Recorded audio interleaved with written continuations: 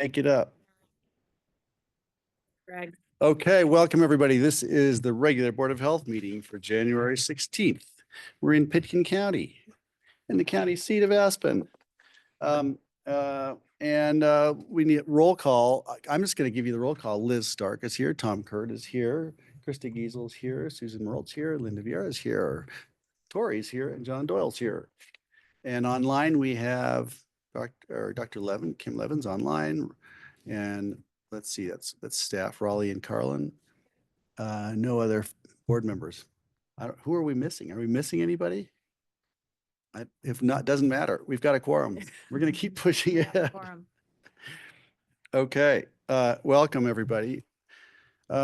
Today's agenda. I think I'm going to let Jordana, if there's any necessary changes or additions or review of the agenda, I'm going to let you do that. And then we can go to minutes. Is there anything you want to change or add? Nope, we just need to approve it. We need to approve the minutes or approve the agenda.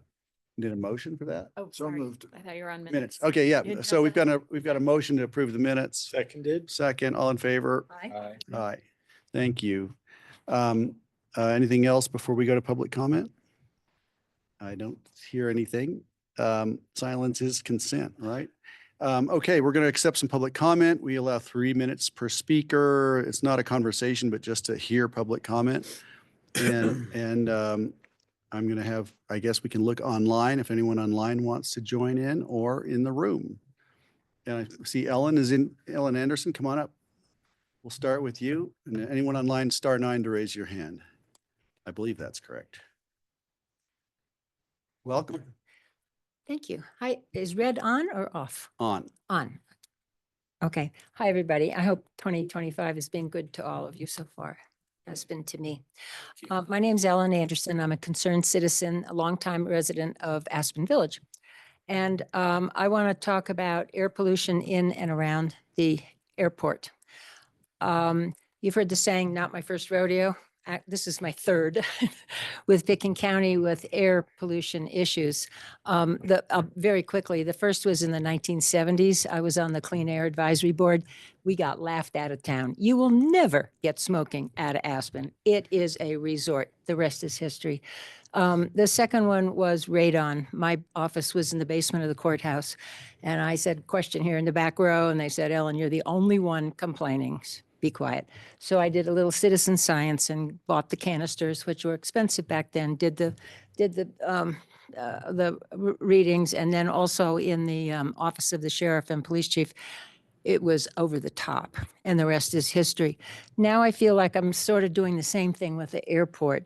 I did citizen science with Aspen Flywright, and it was only citizen science. It wasn't perfect, but it was in February of 2023, so almost 2 years ago. And I personally was outside Powder Pandas for 4 days, for 6 hours a day with very sophisticated measuring devices, and we learned enough to know that it really needs to be studied by the experts. And that needs to include not only, in our opinion, the criterion pollutants, which are the ones that as you know, the EPA has set so many umpty dumps per blah, blah, blah is bad for you, but also the nanoparticles, which is not considered a criterion pollutant now because they haven't gotten to that point, so many umpty dumps per blah, blah, blah. However, the emerging literature is overwhelming that we need to be concerned about this. And I know I only have 3 minutes. So if you just Google aircraft emissions and nanoparticles, you will get dozens of articles on the emerging science. And nanoparticles are appearing to be way worse than we ever thought they were. And so the reason I'm here today is that I would like public health, which is really important, you know, for our water and our air, to get actively involved in a state-of-the-art air quality monitoring in and around Aspen Airport. There are thousands of people living around the airport and hundreds of employees. The emerging science says that the nanoparticles are so small, they go from your lungs into your blood and they affect every organ in your body. And I see this as not as what I call acute as a pandemic. It's chronic and it's going to affect us, over years. Powder pandas, now called the hideout, I guess.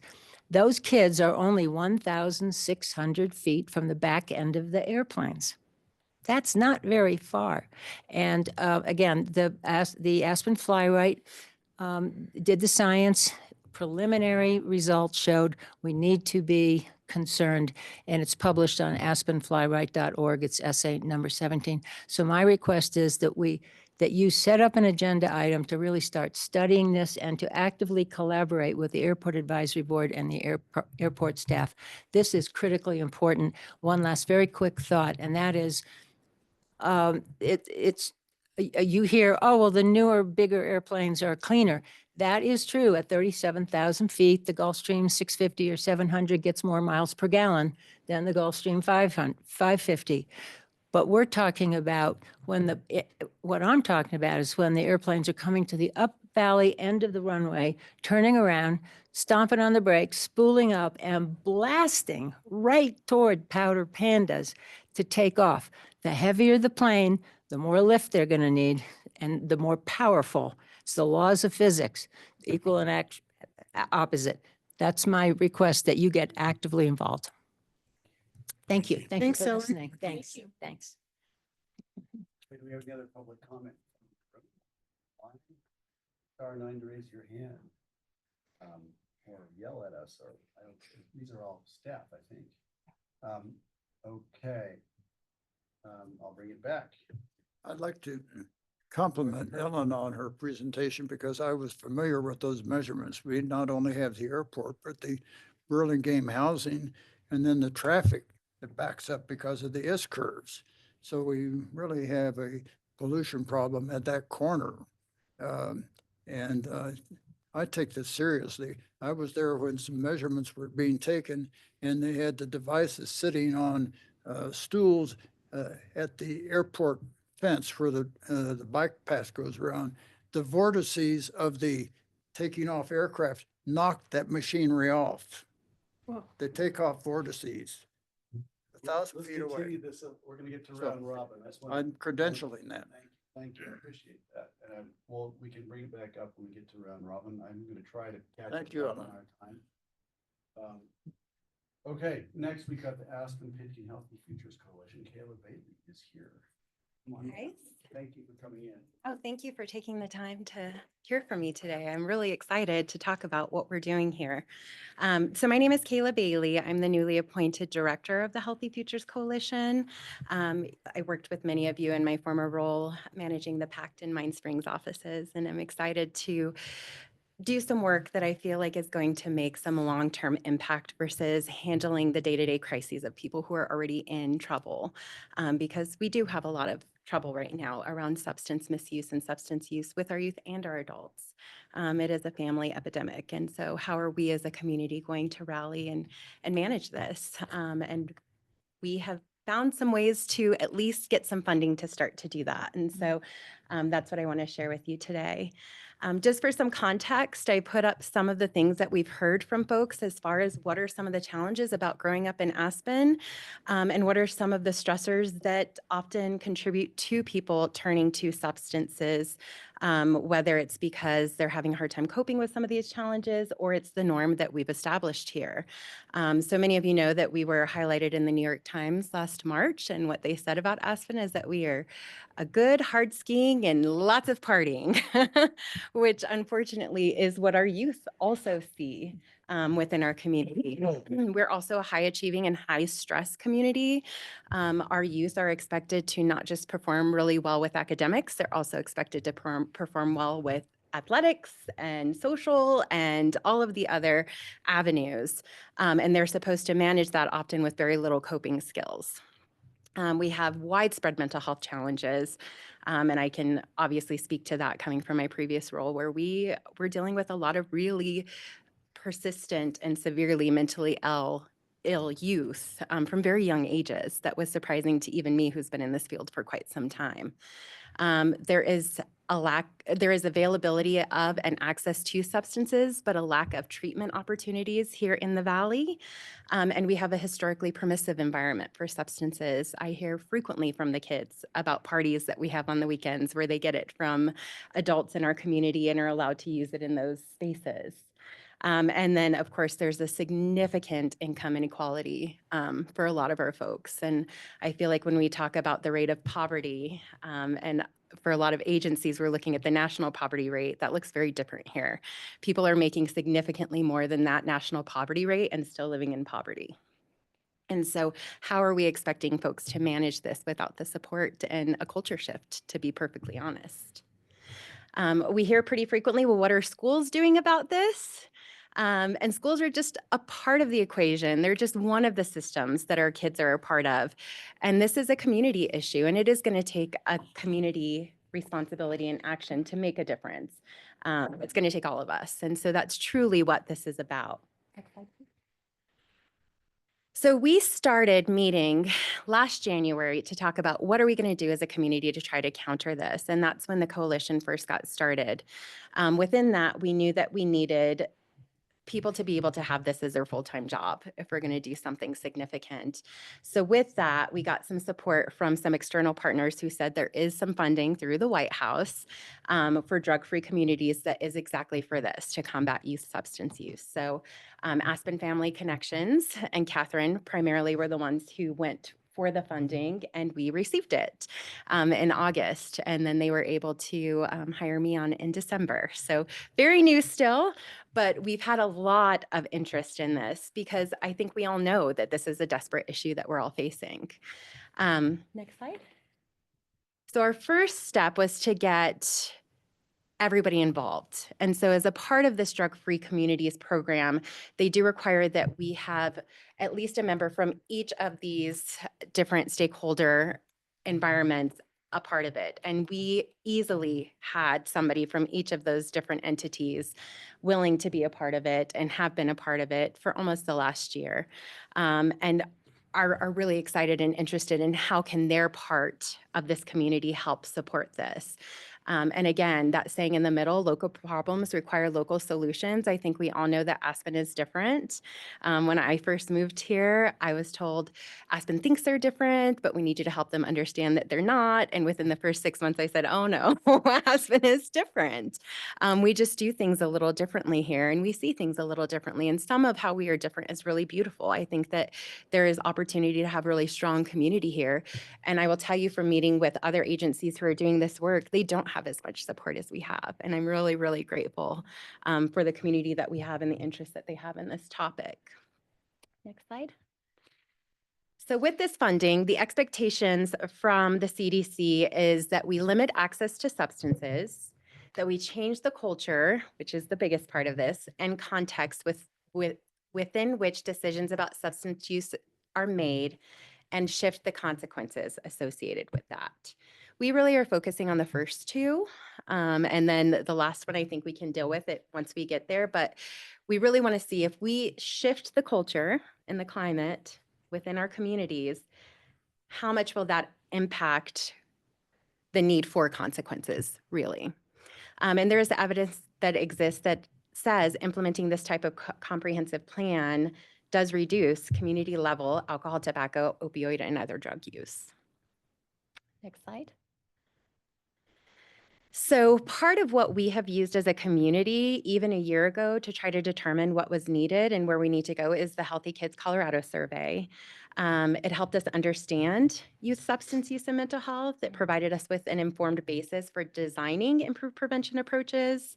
It promoted conversations and activities at the schools and outside of the schools around this. And then it also helped position Aspen Family Connections for our prevention programs to include this one, which are also in part funded by the Aspen tobacco tax. And then I'm going to present a little bit of data, but it's just a selection, and it's just to help understand the perceptions of our youth. And this was, of course, interesting to me as a mental health professional, but what we found for the kids who said that they had used these substances in the past 30 days, their self-reported rates of frequent poor mental health were also significantly higher, which I'm sure none of us are surprised by, but I think that that's a conversation as a community we also need to have. Is there poor mental health? And that's part of what's leading to substance use because we don't have the services, resources, or the education for people on how to cope and resiliency? Or are people starting to use substances because that's what this environment promotes and that's creating mental health issues? And I think that's something we need to dig into further and figure out what really is the impetus of a lot of this. And chances are it's a combination. Next slide, please. The most exciting part of this is our youth advisory team. So as you all probably know, research indicates that having youth voice a part of these types of programs is what makes the success.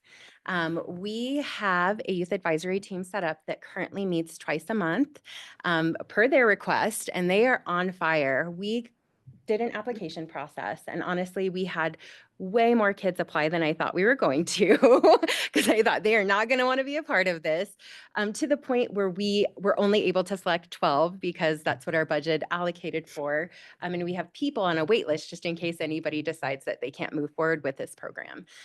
They range from 8th grade to 12th grade, and they are honest about what they believe the issue is. Each one of them has shared an impact on either a friend or a family member of substance use and misuse, and they know there's a problem that needs to change, and they want to be a part of that. So that really is my hope as far as what's going to make the difference.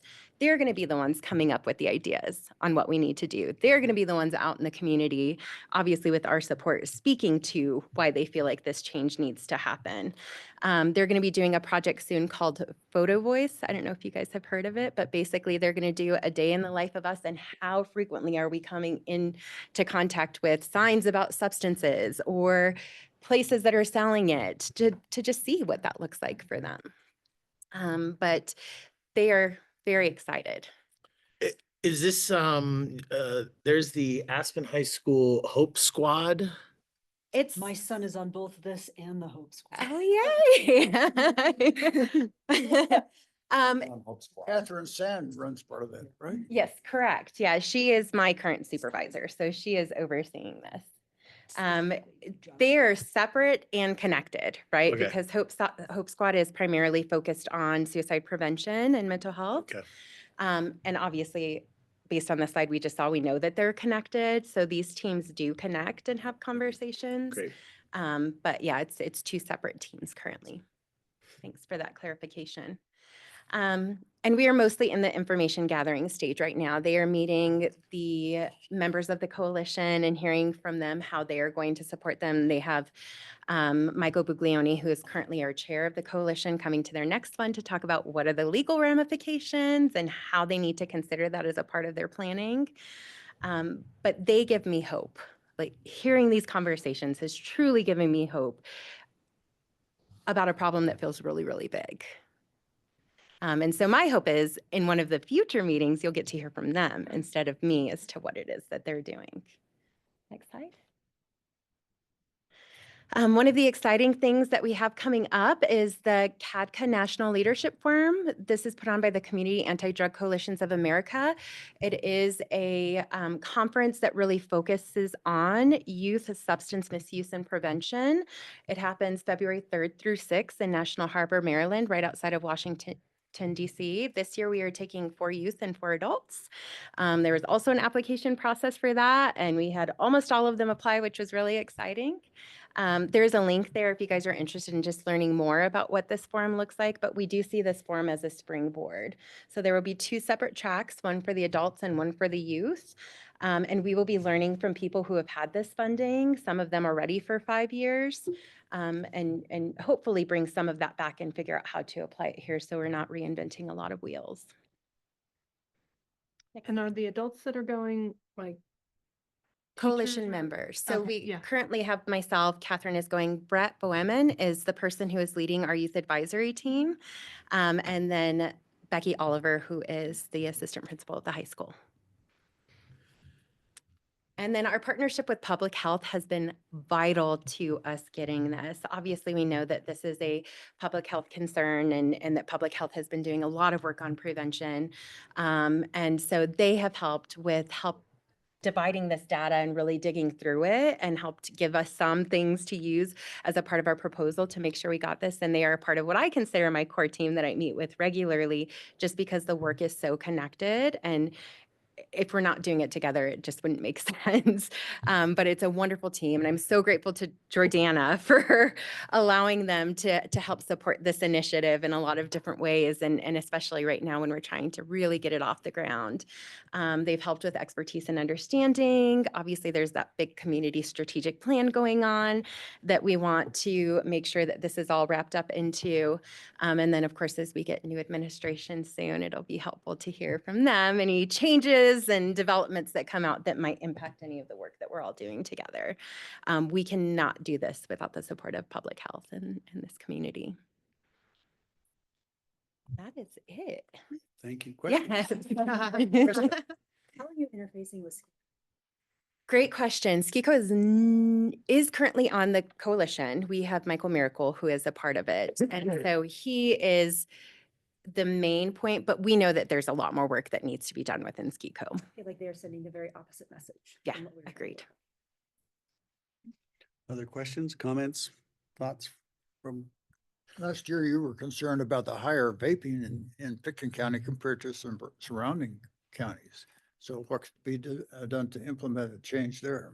Yeah, I think that that's going to be up to the youth to kind of determine what needs to happen. I don't know that we've done anything on. yet. Our healthy kids, so we had a different survey result come out this fall, and that data is not quite such an outlier as it has been in the past.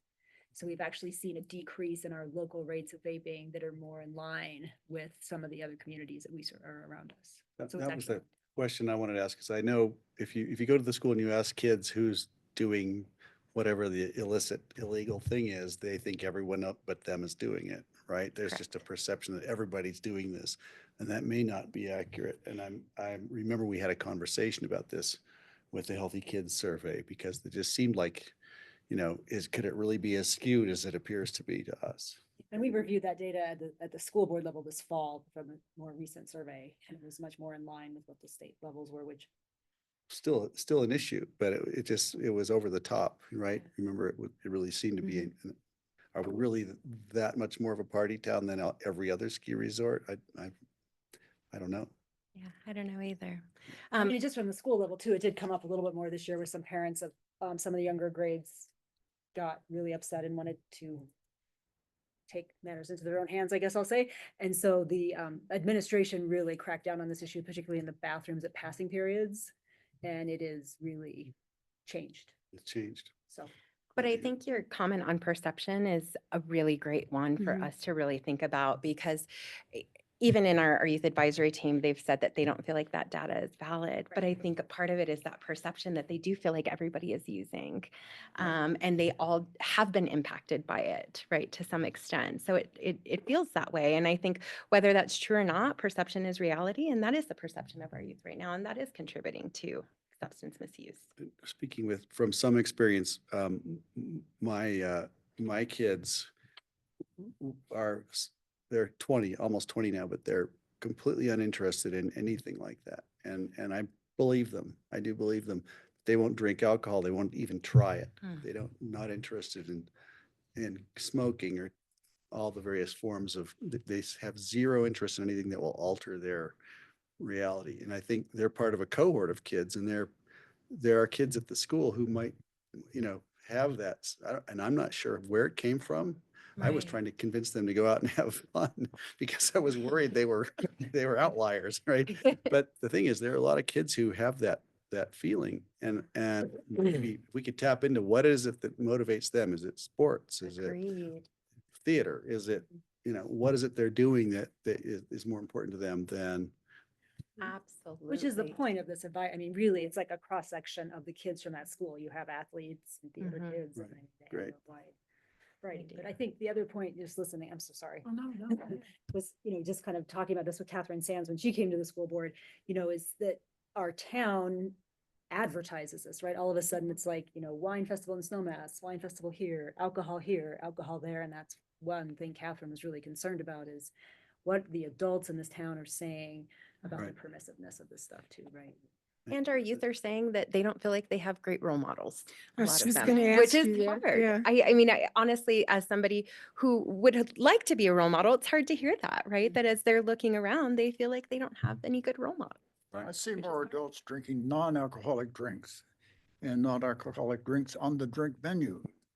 Right. That's We are more, I seeing mean, that, I it's a think. trend that's. It is a yeah. trend. I will Yeah. tell you, a couple years ago, I asked about mocktails and they laughed at me. So I do think that we're Changed, shifting in that yeah. direction, fortunately, but it hasn't always been that way, Sure. right? Even recent past. And Liz, you had a Yeah, I question? think you maybe alluded to it earlier, but the chicken or the egg, which comes first in terms of the mental health issues and then the substance use. Mhm. That's what really worries me. Yeah, we have the access and the issues with substances, but, and the role model issue is probably top of the Right. chart on that. But what kids are having to deal with socially, emotionally these days, I don't know. It's wild. I don't know how Yeah. you do that. How do you address that?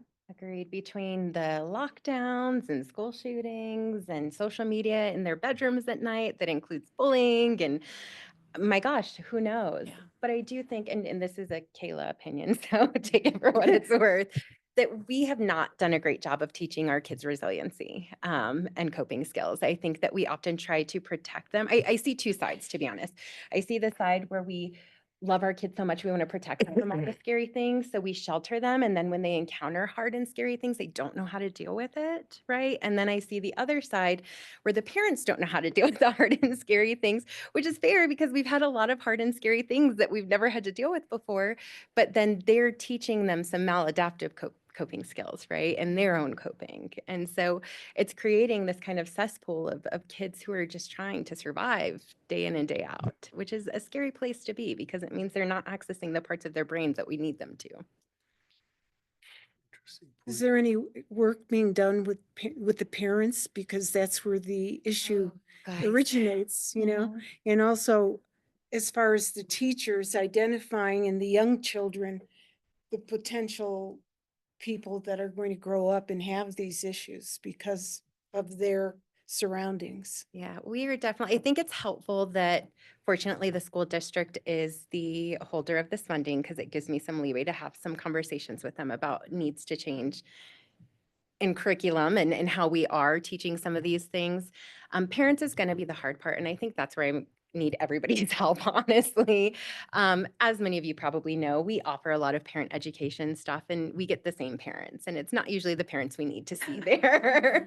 And so I do think that this, at least in my brain, this is only going to be successful if we are all going into our social outlets and talking about this and saying like, hey, this is a problem. Did you know that this coalition exists? This is what I'm going to do to try to support this. Are you interested in supporting this? Let me connect you with Kayla to get involved.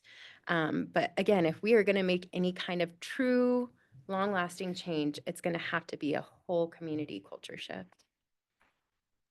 Question I have, Yeah. is this just focused on like the Aspen School District and Aspen, or is it like, well, I don't even know what schools are in Basalt, but within county, is this a county or city thing? It Or school is district thing? It is an Aspen Pitkin County initiative, and that's where the funding has come. And we know, I mean, I don't live in Aspen, right? I live down Valley. We know that this is a valley-wide thing. So our hope is that if we can make some shifts here and get some additional funding, that we can start to grow this through the valley. But again, we're still kind of in the infancy of it. Whole Foods as a store could promote nutrition and health, different Great for idea. city market. And there's health with that kind of promotion.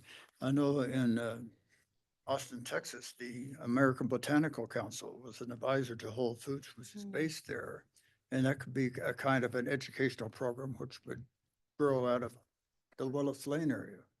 I love that. I do think that promoting ourselves as a healthy community versus a party community is going to be the direction that we should go and lean into because we are also a healthy community in a lot of ways. Yeah. In that regard, in addition to the ski company, I think talking to Aspen Chamber and to the SNMS Tourism Board would be helpful. Yes, because I thank think you for that. those are messages that Mhm. we should really be pushing it as opposed to some of the others. Yeah, agreed, agreed. Any other Other questions? comments, other questions? I Well, just thank have you a, for I just have a quick comment. Kayla, thank you so much for this work and this presentation and starting this. I think it is so important and an absolute collaboration with public health. And the challenge of youth in a resort ski town will always be a challenge, and changing that culture, as you said, is going to have to happen from all angles and a lot of work, and it takes small steps. And just to echo, in terms of getting the word out about what you're doing is part of that whole change. And I don't know if, the best way to do that, there's a newspaper article or talking to the chamber and going to bigger levels so that we can all see what's happening. And also engaging the youth, which you're doing in the youth advisory, is so key. So thank you. Thank you. So, I'm trying to figure out where the line is blurred that moves into just civic discourse and civics education in schools, and, kids learning what it means to be a member of society, to be a member of a, civilized country. We don't talk about those things often. They don't teach that anymore. And I think those are some of the common threads that help keep communities together when they're understanding that. And I just wonder where the nexus is, and if we could include some of that, so kids understand what their responsibilities are to look out for themselves and their allies or their peers, and the parents need to hear it also. It's been a couple generations since we taught those things, and I think the thing is, the rest of the country has the same problem. We might think that we're unique in some way, but I think it's happening everywhere. And that feeling of disconnectedness and wondering who the role models are, they've got great reason to wonder who their role models should be, right? I think that this is really, it's great that you're doing this, and congratulations on your position. And I'm so glad you've got Catherine Sand has your back. Yeah, she's Can't do any better than that. You wouldn't have anybody have her back. It's She's the Catherine. one, right. So good luck with that, and keep us in the loop. I will. Thank you again. And again, I hope that the next time you see me, I'll have a couple of youth here to also share something. Great. That'd be Thank you. great. Thank you so Yeah. much. Thank you. Thanks for coming. Okay. Of course, I let my agenda go away here. Let me pull it up. All right. Up next, the director's update. Oh, this will be easy for me. Jordana, take it away. Perfect. Thank you. So the first thing that we need to do according to our bylaws is just to review our meeting schedule for 2025. So we looked at this at our last meeting. Nothing has changed, but just to be in accordance with those bylaws, we've agreed to Board of Health meetings in the BOCC chambers, and they'll also be available hybrid from 1 to 3:30 today, April 17, July 17th, and October 9th. Those are all third Thursdays except for October 9th, which we need to do to get the budget done in time. And then we will be in touch with a date for to finalize a date for the retreat as we really hone in on our strategic planning process and when the best time is to get with the Board of Health around that. Then next slide, another required piece that we get to do at our first meeting of the year is to review our agreements that we have. And so you can either look at them up here, or everyone's also got printouts. So in order to promote decision-making and public trust and confidence, the Pitkin County Board of Health has adopted these following working agreements. So I won't read them. I'll just let everyone review them and see if these are things that we can continue to agree to, or if there's any changes that members would like to see.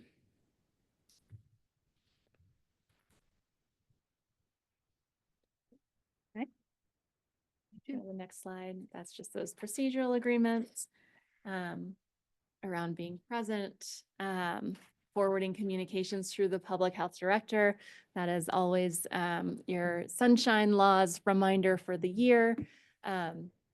That even electronic communication can be considered a meeting if there's enough folks involved.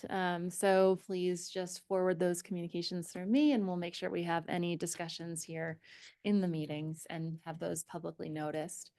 Same thing with discussion items or the chair, they can go through me or the chair, and then we're reviewing our working agreements annually.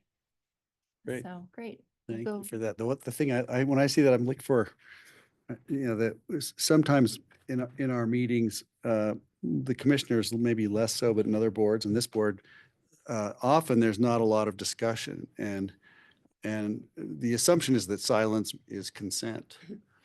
But often people just they haven't thought it through, or they don't think about what's on their mind, or it occurs to them later, like it always does to me about 3 a.m.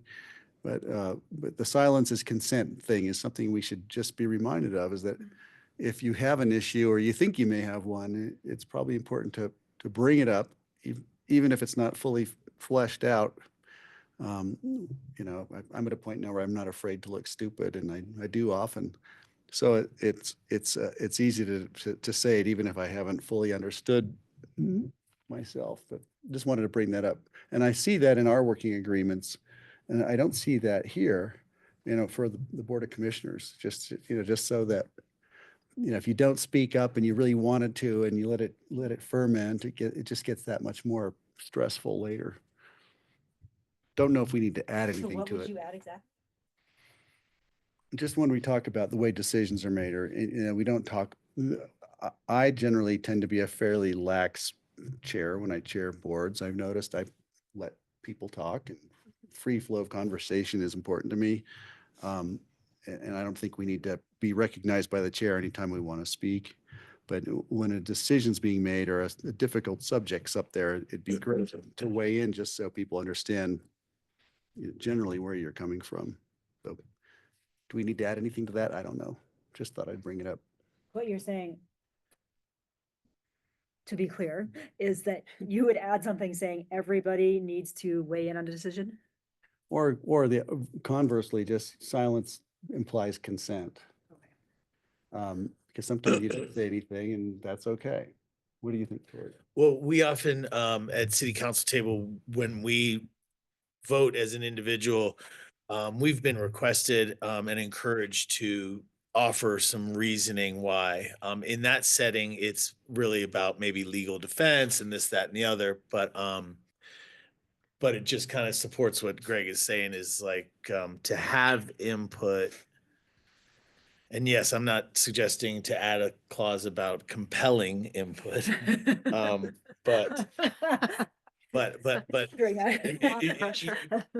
But and maybe it's not something that we put in the agreements, but maybe that's well stated by the chair and that it's understood by the board. And That's enough. Yeah. for now, that's enough. And if it doesn't work this year, and if it's still, if you have a feeling for more need, then maybe next year when we review working agreements annually, that maybe then it gets in. But I think your point is well taken by me, at least. So Got it. Things are so well run, nobody really needs to weigh in, but it's probably a good idea to let us know.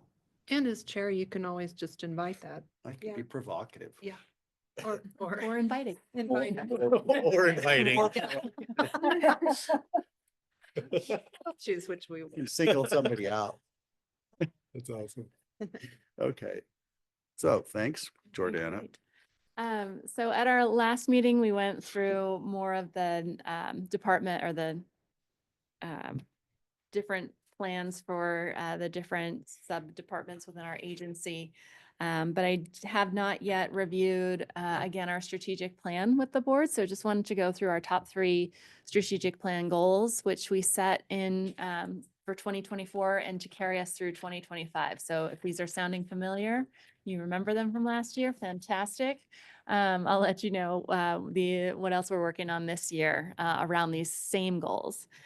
So for communications, we are continuing to work to increase community engagement and awareness through communication of evidence-based public health information and ensure that we are known as a trusted source of information in the community. I think this continues to be very important for public health across the nation.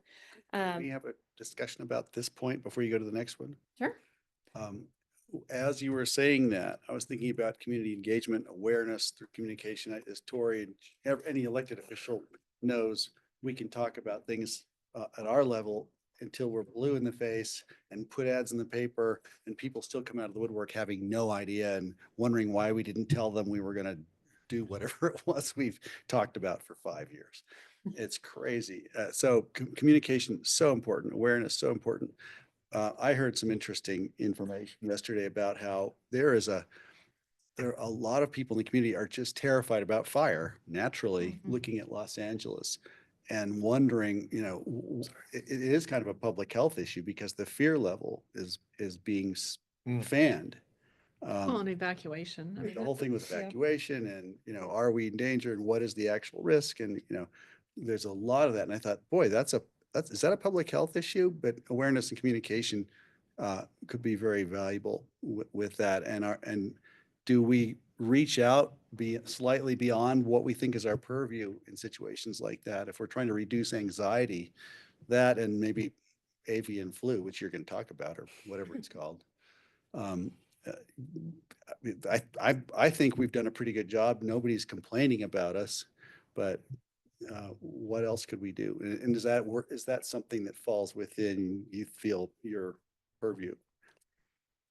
Yeah, I mean, I think I've got on my running topics list to have our emergency preparedness and response coordinator come in and talk with this group about all of the work that happens under that purview, and then also potentially bringing in, we're working pretty closely with our county emergency manager to help explain kind of the role of public health in some of these emergencies.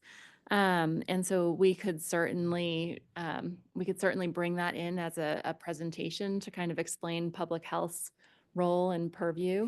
I don't think we have fire specifically on our planned communication topics for this year, but if that's something that the board feels strongly about, I think especially when it comes to preparedness and like having a go kit and go bag, there's been some communication that we've worked on with the Public Safety Council around that we could continue to push out, especially with the fire piece. Kurt, is there anything else that you want to come and share around that? I think afternoon, everyone. Kurt Dahl, Environmental Health Manager. I think it's a great comment, and from being on Public Safety Council, I know they do annual communications, and so what there might be is an opportunity for us to partner with them to include public health information there. But we can have Carlin come do a talk if there's a desire with the board, as well as Chris, who's our emergency manager with the county. I think we could also even be a little bit more proactive. It's occurring to me that a healthy forest and a healthy, maintained, managed forests and wildlands are actually a component of our own health. Especially if, I love having a go bag ready, but I'd love to not need a go bag, not to be worried that I'm going to need it, and that means fire mitigation or supporting when the Forest Service decides to do a controlled burn, understanding that and the point of it and knowing what you can do to make your property safe or the community in general. It seems like we just don't like to cut things down, but there are times when you need to, in terms of overgrown brush. And, I'm thinking, boy, that doesn't sound like a public health issue, but when it catches fire, it will be, right? Yeah, and we typically don't take the lead on that messaging, but we could definitely reach out and amplify The district people. those fire district. efforts that have been going on with, there's been a lot around defensible space and Right. controlled burns and. Right. I think also right now it's not really Get to front of mind for everyone. And so maybe we need to strike while the iron's hot a little bit, because they might listen more closely now when they're interested than Right. even if we've really been already producing that information previously. And Can I go to- people from the fire department will actually go to your home and look at your surroundings and tell you how you can have fire mitigation just in your own Right. area. And people don't know that. They can actually call and have somebody come out Yeah. and look at their property, which I think is a good piece of information. John and then Tori. So if I'm not mistaken, you're saying that planetary health is tied to public health. Your personal health. Wow. And I also want to point out that we're talking at the council table about revisiting building codes to harden homes around to make them more Right. fire resistant. Excellent. Yeah, excellent. Ally Hager, who works for the fire district and is kind of like the fire manager. I don't know if you've probably met her at this point, but would be a great presenter to come in and talk about what they're doing regarding fire mitigation and preparation. And she's kind of like their public fire manager. CSU has a wildfire mitigation site, Right. and you can get information that the person who comes out and does the inspection at your house actually follows those rules. Yeah, I think it would be good to have not just a spring house cleaning, you know, where they come back and by your house and pick up all the branches and so forth that you have from your yard, but also to have one in the fall with the leaves, you know, so you have a second time in the year to clean out all your junk. Liz, Um, you know somebody. yeah, I used to know somebody. Well, I know him still, but I don't know what influence he has. You know, I'm feeling some anxiety about the election in March and the interest to Aspen vote. And this whole evacuation thing is all wrapped up in that. And kind of to Susan's point about it, I mean, March is not far away, but if we somehow could, you know, there's tons of letters to the editor about the emergent need for an evacuation route, but there's nothing about the stuff we're talking about. And if people could be educated prior to that election about all the things that we're doing, you know, that are out there, to make a really a better educated decision about how they want to vote and not be have blinders on about that particular thing relative to the interest to Aspen. I would appreciate that. Thank you. Tori. Unfortunately, this conversation just came back to the entrance to Aspen, but we will forge on. I was gonna say in this goal communications and talking about wildfire, the role of public health here would probably be of that. Are you concerned? Are you stressing about this? Do you need information about for you? Because I don't think the role of the Board of Public Health is to say, hey, you should remove the brush that is near your house and you might, we shouldn't get into that, but we should be out there and available addressing some of kind of what Liz was just talking about. I agree, and pointing to resources where you can find the information you need. Yeah, I mean, we're not the resource Exactly. for what do I do about my house? Right. I mean, everybody's big concern is this evacuation idea. And Or the brush around their house. I mean, I think that's a valid one too, where they don't know maybe what to do if they want to. well, I think they're most concerned about their personal safety before they're concerned about their home safety and such. But my point was just that right now, and I have a lot of these conversations, and they're related to the entrance to Aspen, or the exit from Aspen, I should say. And, you know, what you have right now is a community of, you know, City of Aspen residency is around 6,800 perhaps. And then you have some outlying county on this upper end. And everybody is looking for the answer. What's going to happen? And when we talk with our fire department and the people that are really looking into this wildfire is, you know, they're in a hard spot because they're like, you don't know, we don't know. So the situation for a fire that starts over there is different than the situation with the fire that starts over there, one that starts downtown, one that starts on the west side of Aspen. And so I keep getting the sense and we keep pushing on these guys we want answers. We want answers. What are we going to do? What are we going to do?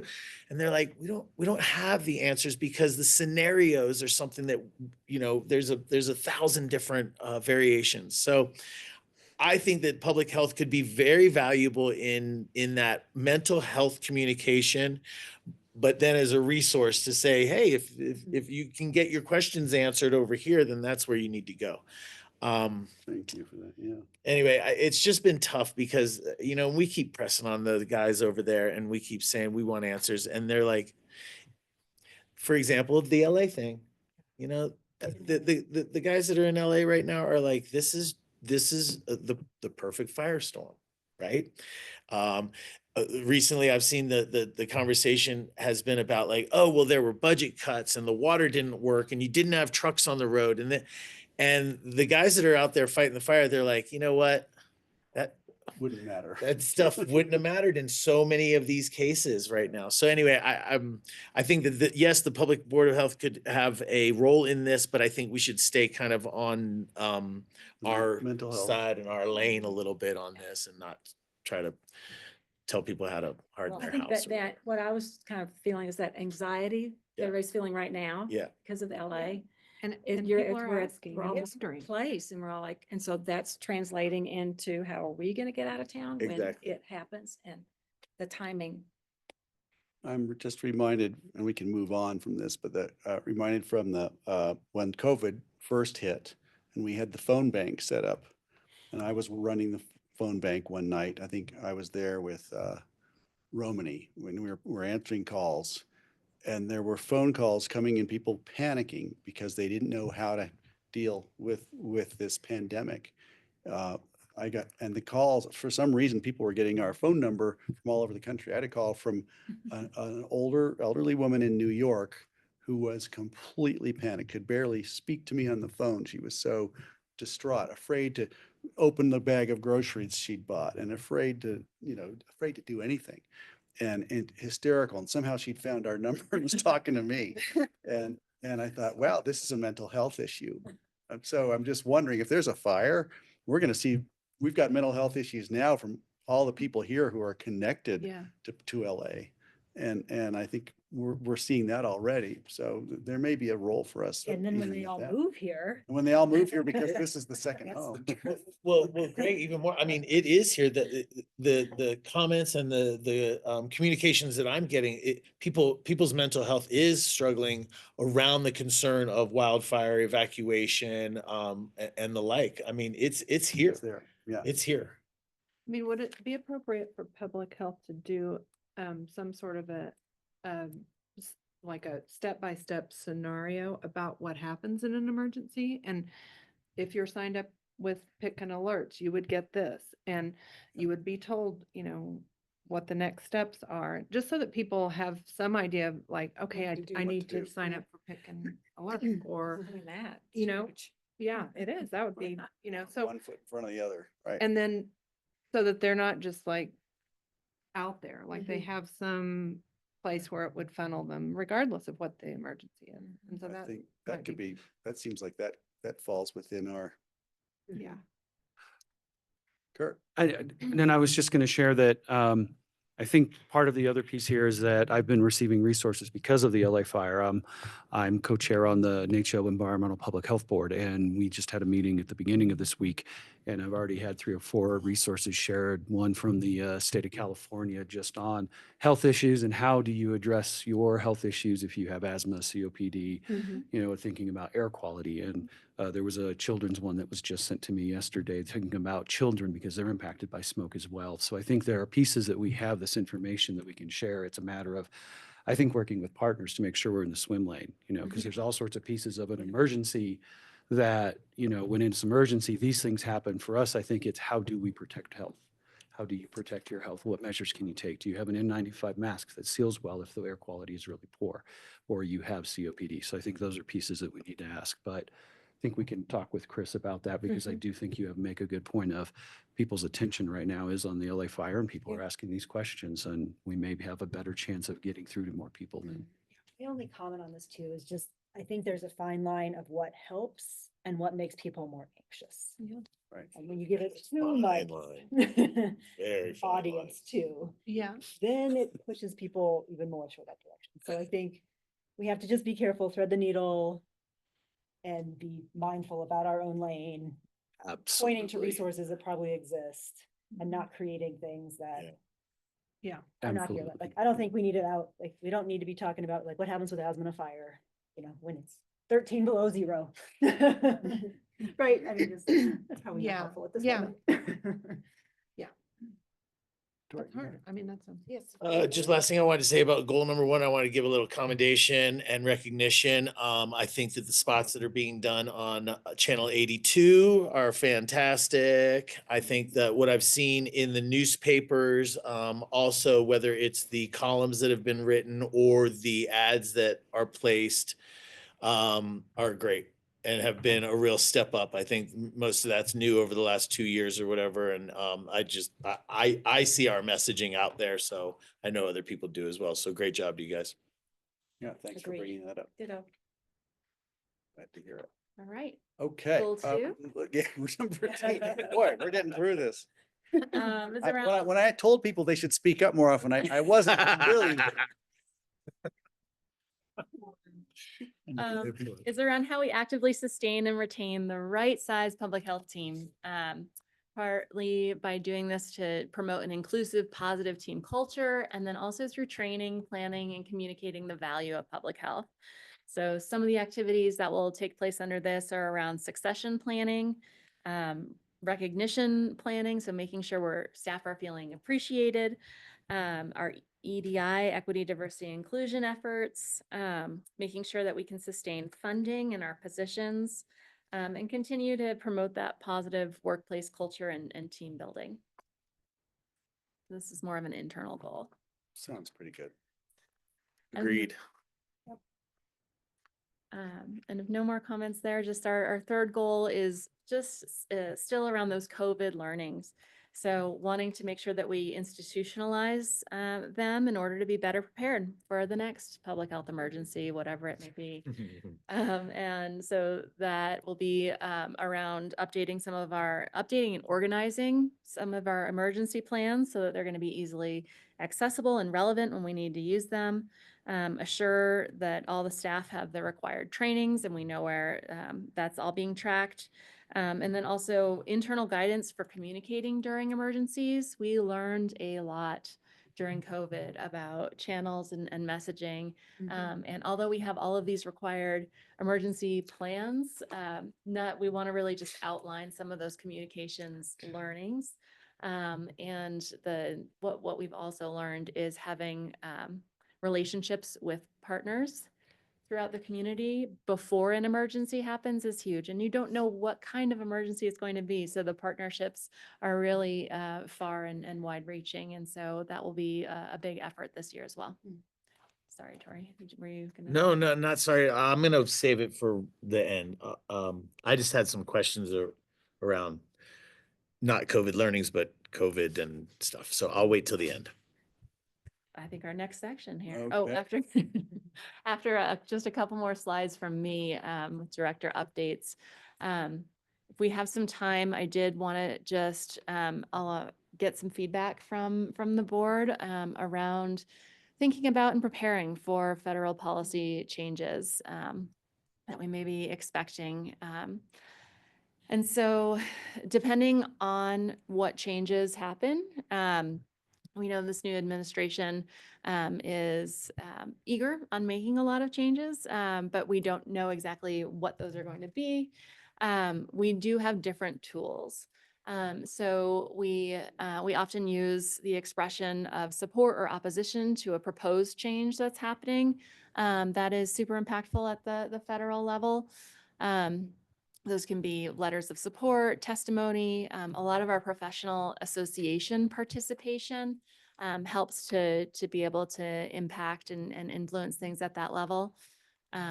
County resolutions are another example of how we've been able to react to some of these federal changes. So for an example, back in April of 2017, when the last time the Trump administration came in and made a lot of changes around immigration, Pitkin County itself passed a resolution welcoming as a welcoming community for immigrants. That resolution is still in place and really states that local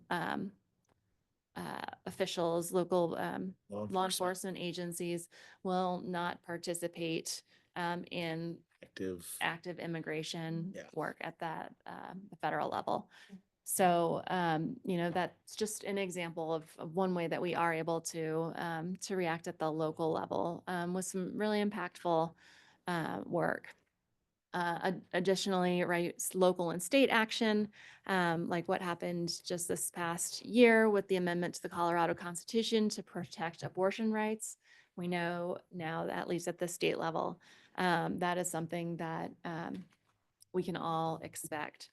So knowing that we've got different different tools depending on the change, I just wanted to let everyone know that there's nothing that we're actively working on because we don't know what the changes will be. So it's a little bit of this watching and waiting and making sure we're thinking things through and having channels to stay updated. We just had a discussion with the CALFO, Colorado State Association of Local Public Health Directors today about the active role that they'll be taking in making sure they're getting information to all local directors.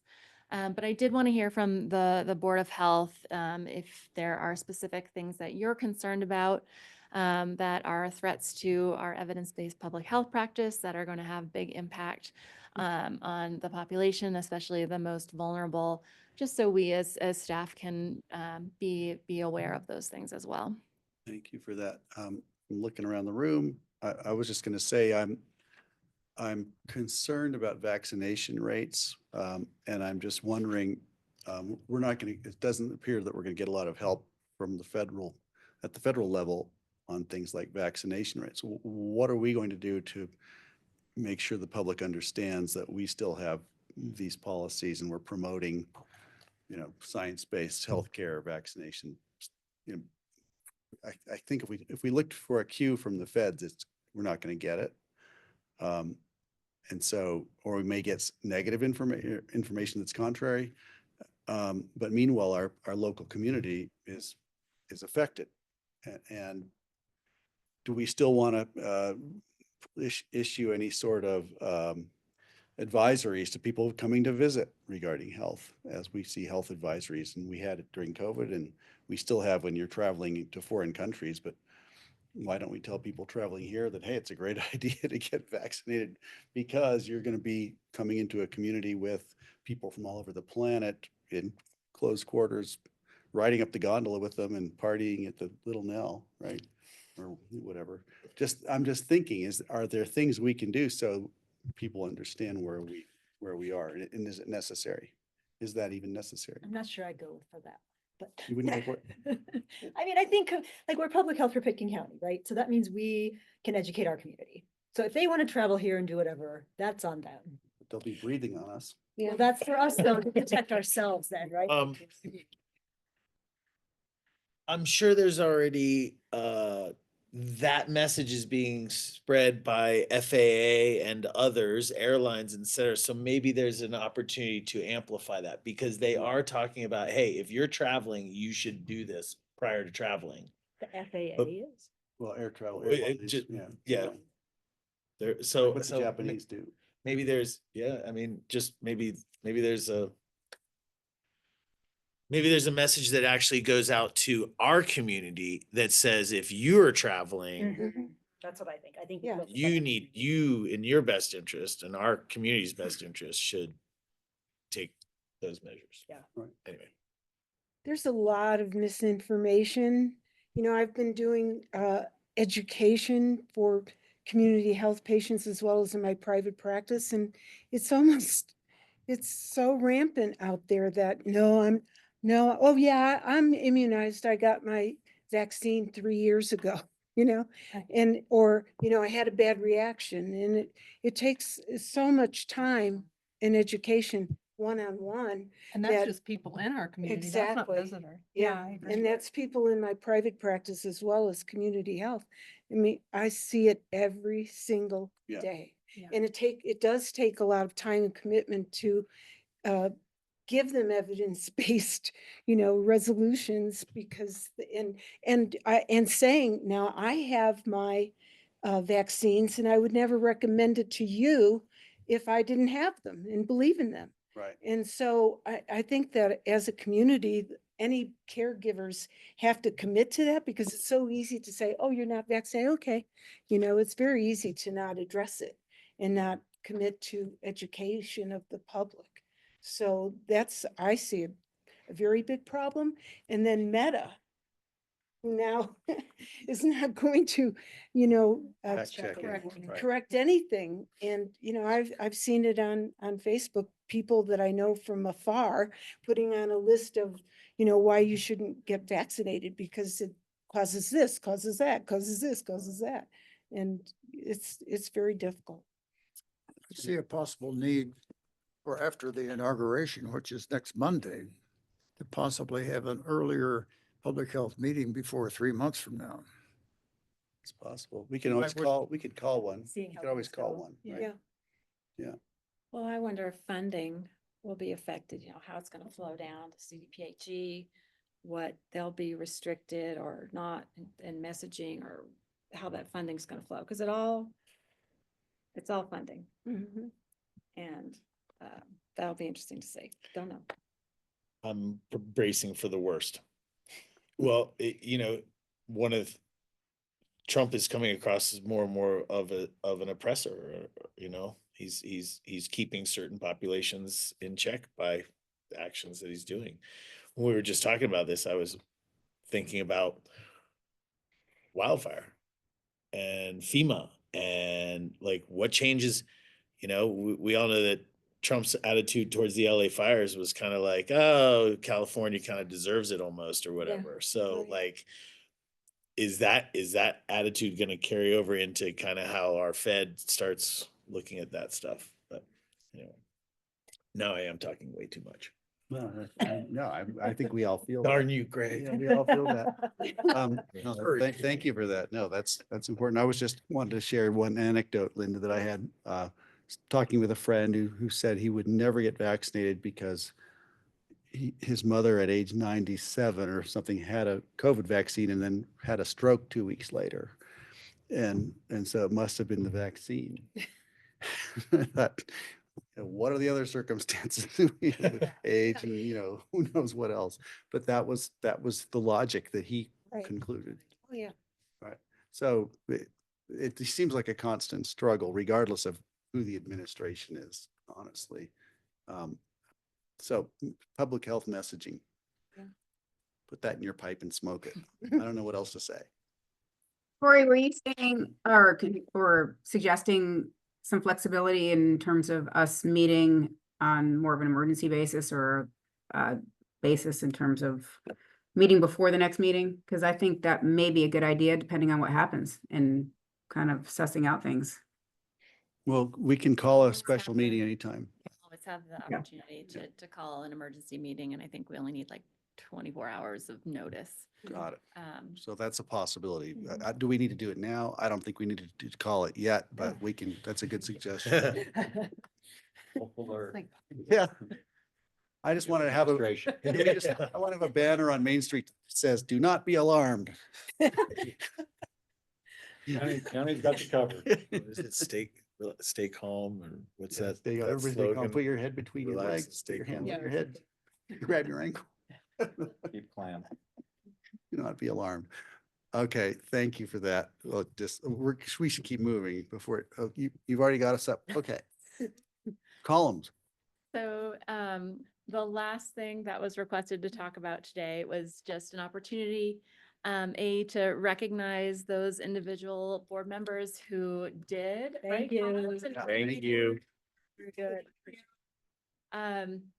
And just to open up the floor to see if there was any feedback that board members had on the content or the process that you wanted to give as we go into 2025, where we'll be continuing this.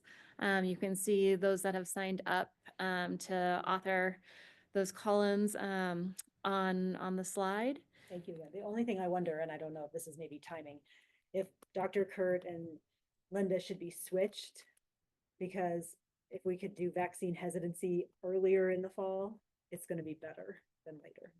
So I don't know if that's time sensitive. So I agree. Okay. I also, we were talking about the Healthy Futures Coalition, I think a column about that would be like, let's try to change our culture and, what this could do for our kids and that sort of thing. And I'd be interested in that, and not as interested. I actually kind of like that idea. I know I'm assigned to tobacco in March, and Liz did a similar topic last March. If we wouldn't want to change that to broaden it to what work is being done in all substances Yeah. in youth. Great. And if I you think that's a maybe good idea. invite some of those kids to That's co-author. just what I was gonna say, my son is in journalism and part of that coalition, so That's a good Oh, idea. I could also co-author with him, or you could co-author with him, Dr. Levin, but.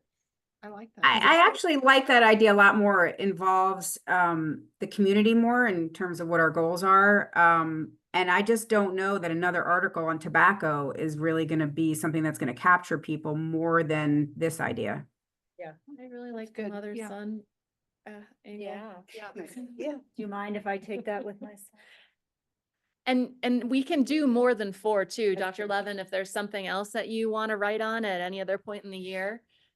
We can also kind of leave it, that we can scoot you in if there's a different topic and a different time that you want to write something. Oh, that's great. Did Andre agree to that with a recent Yes. conversation or? Yes, he was just basically like, yep, when you have one, send it. We're not going to give you a specific day and time, but Yeah. we'll just get you in when we can. Okay, great. I suspect we could shoehorn in a 5th one or even a 6th Oh, yeah. at times too. I don't Mhm. think they're locked. They're looking for content, right? I think, and I see you said, are we interested in having Allison present regarding formatting? She's our public information officer for the county. And are you thinking regarding Ireland was. putting together, writing the articles or formatting, or what was? Yeah, the- there was a Oh, request so- during one of my one-to-ones Right. to have a little bit more training of like, what should we be thinking about as we're writing these columns to make them useful? I think that's a really great idea, because we're competing with everyone else in the newspaper, and we're all getting this deluge of information. So I always aim for short and sweet and something that gets the message across succinctly, because I tend to scan everything, and a lot of other people do as well. And this is such an important way for us to communicate to the public and to create that trust and that first goal of Jordana's. I think that depending on what the new administration does, we might not even know yet what topic we want to cover, but to leave that open. That's a very good point. Yes to having Allison help out with this, not as a joke, but pictures help, graphs help, right? Instead of just a column of words pounding on people, breaking it up, making it visually appealing and stuff help a lot to getting the point across. So her help would be great. On this list, I don't see an article about youth usage, what we were just talking about. And I think a great article would be about youth usage and That's what my son and I would do in March. oh, is that what we were, Yeah, that's what we you're discussed. right on that one? Okay. And what that made me think of was what I saw recently. We're diminishing numbers on alcohol usage. Right now, there is a real awareness by youth as well as others about the detrimental effects of alcohol. And it's been interesting that kind of the trend that's going on around that. About 4 years ago, I co-authored one with Theron Mulberry. Right. I did about 80 to 90% of it. It was nice to have someone from the school district combined on drug awareness in Healthy Kids Colorado. We, Makes sense to me. we might also contemplate, since we've been talking about wildfire and fire and it's on our minds, the anxiety, is that something that would fit into one of these if we decided to pitch more than 4 to Andre? Just a thought that since we were talking about it earlier, there may be, mental health and, pandemic fear, the pandemic of fear, the undercurrent of fear, just a thought. I think we need to keep moving, but thank you for that. Thanks for all that. And I think Carly's up next. And Carly, I've cut into, oh, she's left the room. While she's coming up, I will just say my Yeah. last slide was Okay. just Oh, God. of appreciation for the Board of Health, another year of service. Thank you. Also, thank you to everyone who met with me one-on-one and provided feedback. You'll see some of those changes that you suggested as we go through the year. Susan will be sending out notes after the meeting that have your idea, especially for those of you who are reporting back to different boards with just kind of some of the highlights and key takeaways that should be easy for you to Great. be able to do that. Dr. Kurt, you wanted to see who the staff are and in what positions. So there's a link to that in all of the public health updates at the top there. So you can always click there. So if you've got other ideas, always keep them coming. And hopefully this is your Board of Health. And thank you for serving the community. Thank you. Hey, Carly, do you want to come up now? I can always flip you with Kim if you want to. You're ready. Okay, come on down. We're ready for you. And I've already used up 8 minutes of your allotted time. Sorry. Apologize for stepping up for a second. Thank you for bearing with me. Leave out the avian flu part. Are you sure? That's the fun part. You guys already preempted it. All right. Thank you guys so much for having me. As ever, I'm always love coming to talk to you guys. Wanted to start off with sort of our more routine respiratory illness season. I'm sure everyone here is well aware that during that really busy kind of tourism season, we saw an increase in illness. I hope that is not news to anyone here. And so right now we did see a little bit of a shift up in sort of the makeup of this respiratory illness season. We had, all indicators are looking like we have peaked nationally. It looks like it is starting to come down. That is mirrored locally. So, right, we've had this kind of quiet week right after New Year's. That being said, it's a holiday weekend, so wash your hands. But we are seeing the kind of likely what is the peak of respiratory illness season nationally.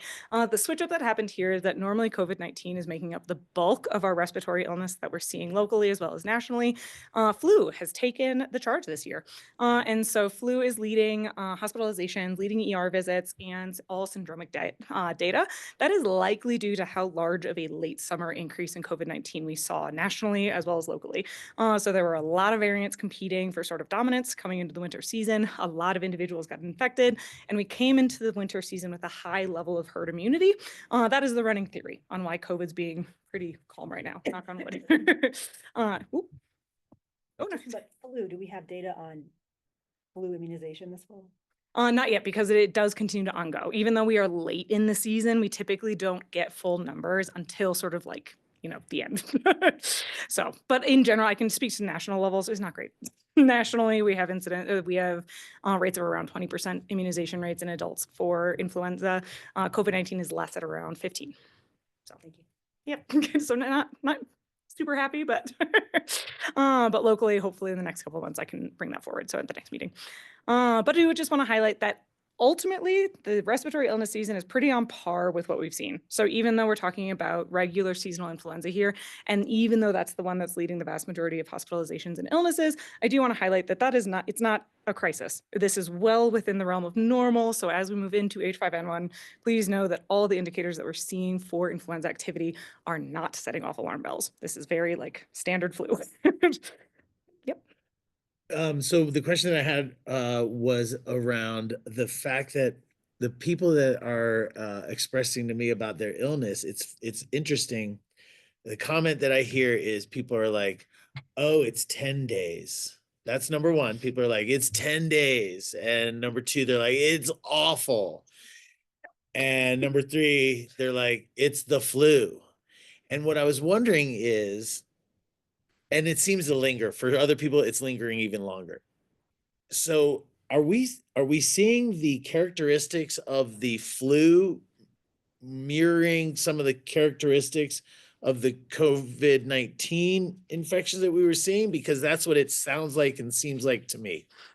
Realistically, when we're not looking at like severe COVID, right? Like severe COVID where you are in the hospital, where you are needing that really intensive supportive care, flu and COVID are really hard to differentiate just on syndromic data alone. They reflect very, very similarly, and each individual gets sick differently, right? And so And you can get a respiratory illness that is not flu or COVID and have the same symptoms. exactly. The average viral respiratory is 14 days, period. Yeah. It just is. And that's what it's sounding like to me. Yeah. That's what I'm hearing from people. Yes. is- Everybody Tori- calls it the flu. Tori, They what may or I- may not have- The patients that I've seen with the flu, it's very similar to previous seasons. It's really not fun at all. And maybe people forget from year to year how, how it puts them down. But I haven't seen any particular differences or any particular similarities with COVID because of COVID. I think it's very similar to previous years. But I think there's also respiratory things, Kim, too, and you may have seen this in the ER or not, but there are things besides flu and COVID also going around right now that are awful, that are lasting 10 to 14 days and. 100%. Okay. Totally. That's what's going on. Yeah, and that's where, when everything was combined into quote respiratory illness after the Exactly. pandemic, that, it's all in one big pot. There's some kind of trends in the different ones, but they're all in the big pot together. And it costs money to test for this. Like, I don't know about you in the ER, but I don't test for everything. I mean, if they're sick, they're sick. If they want to be tested, sometimes I test them, sometimes I don't. And Yeah, just to delineate. Yeah, I mean, management is the same for all of these respiratory illnesses. It's just, whether you're going to give some treatment for Tamiflu for the flu and, it's not necessary treatment or Paxlovid, but other than that, it's all managed the same. Doesn't matter which one you have. Another question for you. The next thing, after people give me the details about their illness, the next thing, the next thing that they say is, but I'm okay now. It's going away or whatever. What? Going. But yeah. No, really. Everybody says I'm on the backside of it now. It's all good. They want to reassure you that they're not going to be contagious for you. That's what I'm saying. So I'm They just don't know. wondering, my question is, I think public perception right now is once you hit the peak of your illness, when you're on the getting better side, but you're still symptomatic, are you any better off? I mean, the message from me is like, hey, just take that extra day at home. Just do us all a favor. Because everybody's struggling. You get sick and then you're like, I want to be over this. I want to be over this. And anyway, my question is like, should people be a little bit more cautious on these tail ends? Because everybody seems to be like, oh, it's all right. is that your health or their health you're worried about? Everybody. It could be both. Yours. Yeah, Sonny, you're sitting next to me. Your health. No, Tori, it there's is- not an on-off switch. It's not like, oh, as you start getting better, all of a sudden you're not contagious. It trends down, but there's no on off. And yes, people are contagious on the downswing as well, especially if they're sneezing or coughing. Agreed. And that the general rule of thumb is fever is a really good indicator. That's what we use a lot for kiddos, right? Who might not always be able to tell us what they're sick with or how sick they are. So 48 hours after fever is gone without use of medication, similar with other symptoms, right? Is coughing, anything that you are spraying on those around you, please stay home. And if we This cough could. goes lasting for 3 weeks, so people is. kind of. Exactly. Exactly. There is like some flex here. So there is a lot of like wiggle room. If we could get the general population to accept, to know and to have the support that they need from employers and childcare spaces and all the rest that goes into deciding how you stay home, to stay home while they were sick, that would be fantastic. I appreciate this. Yeah. To Dr. Kurt's point, wearing Yeah. a mask around others, especially in Exactly. crowded indoor settings, Yeah. still works. Still one of our best protections. So wash hands, wear your masks, isolate if you're sick, if you can, right? If Yeah. you cannot, wear a mask. Get vaccinated. So all of our good healthy best That is the practices are message not for this are not out of there. I want to know how much flu has happened in people that have been vaccinated. And it's the flu vaccine historically has not been fantastic at eliminating transmission, but it does reduce pretty significantly the risk of hospitalizations, especially in those higher risk individuals. So are you going to feel like, but if you get the flu, yes, but it can go a long way at keeping you from having to seek that medical care, having to pay for that test, having to take that 3 weeks off of work because the flu really laid you out. So the vaccination is still necessary, still important. What's next? What else you got? the fun one. Go for the next slide. Thank you. All right, we got one more kind of house cleaning thing as far as respiratory illness season goes. This one is an exciting one. We can breeze through this so fast. This is a change in COVID-19 reporting that we have been waiting for months. This is not surprising to any of us. This is the move to align COVID-19 reporting guidelines for our local healthcare providers to align with flu and RSV reporting. So this has been the direction that we've been moving as far as public health goes and as far as the reporting goes, again, for about 2 years, realistically. So we are no longer going to get data on each individual case that tests positive in Pitkin County. So I do just want to highlight that this is going to change how we're looking at some of the data that we get on our end, but this is not going to eliminate the data that we're utilizing to determine severity of season, right? We have shifted away from incidence rates. We have moved away from those individual cases being important to our data. We are really looking at hospitalizations, death rates, our wastewater, all those good metrics that give us a good population level overview. So not a big shift, one that we've really been waiting for. So this will help us kind of align all 3 of these respiratory illnesses so that our data is all looking very similar as we're comparing all 3 of them. Great. It's quick. Thank you. Yeah, well done. That was fast. All right, next. Next. All right, H5N1. It's happening. This is the fun stuff, everybody. This is a lot of words. I don't want to get into reading this entire slide for you guys, but I did want to kind of highlight that this is something that we are tracking really closely. This is not a public emergency. The risk to the general community is low, but this is absolutely something that we are keeping our eye on, not just at the local level, but also regionally, i.e. the state of Colorado, as well as nationally. I do want to highlight that we are looking at 2 different genotypes. That is what that B3.13 and that D1.1 represents. You can hypothetically think about this similar to like a COVID variant. And so we are seeing 2 genotypes circulating, one in cattle. That's what we're seeing a lot in dairy cows. That's what California is looking at. And the vast majority of human cases at this point has been through dairy workers who have contracted H5N1, the B3.13, through contact with infected cattle. In birds, D1.1 has typically and historically been associated with much more severe illness. I know that we have likely all read the news. D1.1 is the genotype that was associated with the Louisiana death. And so this leads to severe respiratory illnesses. This is a big bad. This is one that we have been tracking for decades. So this is not new. We are familiar with this one. And I don't want to say it's not scary, it is, but this is one that we haven't seen in humans quite as frequently. It is circulating in wild birds and in poultry, but both are what we are watching. So I don't want to say there's no risk with B1.13. Yeah. There is. So we are tracking both, but this is kind of 2 separate risk lines. The risk is extremely low. This is Extremely not at low. all like COVID. This is a completely different situation. Oh, you These things are always read growing, fine. and growing. Yeah. So No, thank Have you. to keep it in perspective. I just want to be clear, if you can illuminate the second line on the bird is causes high death rates. At first I was thinking you were talking about people, and then I was wondering if you were talking about chickens. It is unfortunately both, except for the culling. It does. Culling. Yeah, the culling It part. leads to severe illness. That one I was thinking about in birds, though. I apologize. High death rates in poultry. So that Thank is, you. if anyone's Yeah. missing eggs at City Market. I know I was 2 weeks ago. This is what we're looking at. Yep, two cartons per, right? So this is what's $20 each. impacting a lot of our poultry and egg production, not only in this state, but also nationally. This is widespread at this point. And not, again, to Dr. Giesel's point, not new. We see this in poultry, not Read infrequently. the bottom line. Exactly. And we get further into that. You read my mind. We're on the same page. Next slide. All right. And then I just want to highlight what we're looking at locally. So there was a flock exposure locally. We had a backyard flock that detected positive. There was human exposure and there was symptom monitoring for that exposure. There was not a case. No one was sick in Pitkin County with H5N1, but I wanted to highlight this. Not only is this public data, it is available, but that we are not immune. When we were initially looking at this from a cattle perspective, we don't have major dairies locally.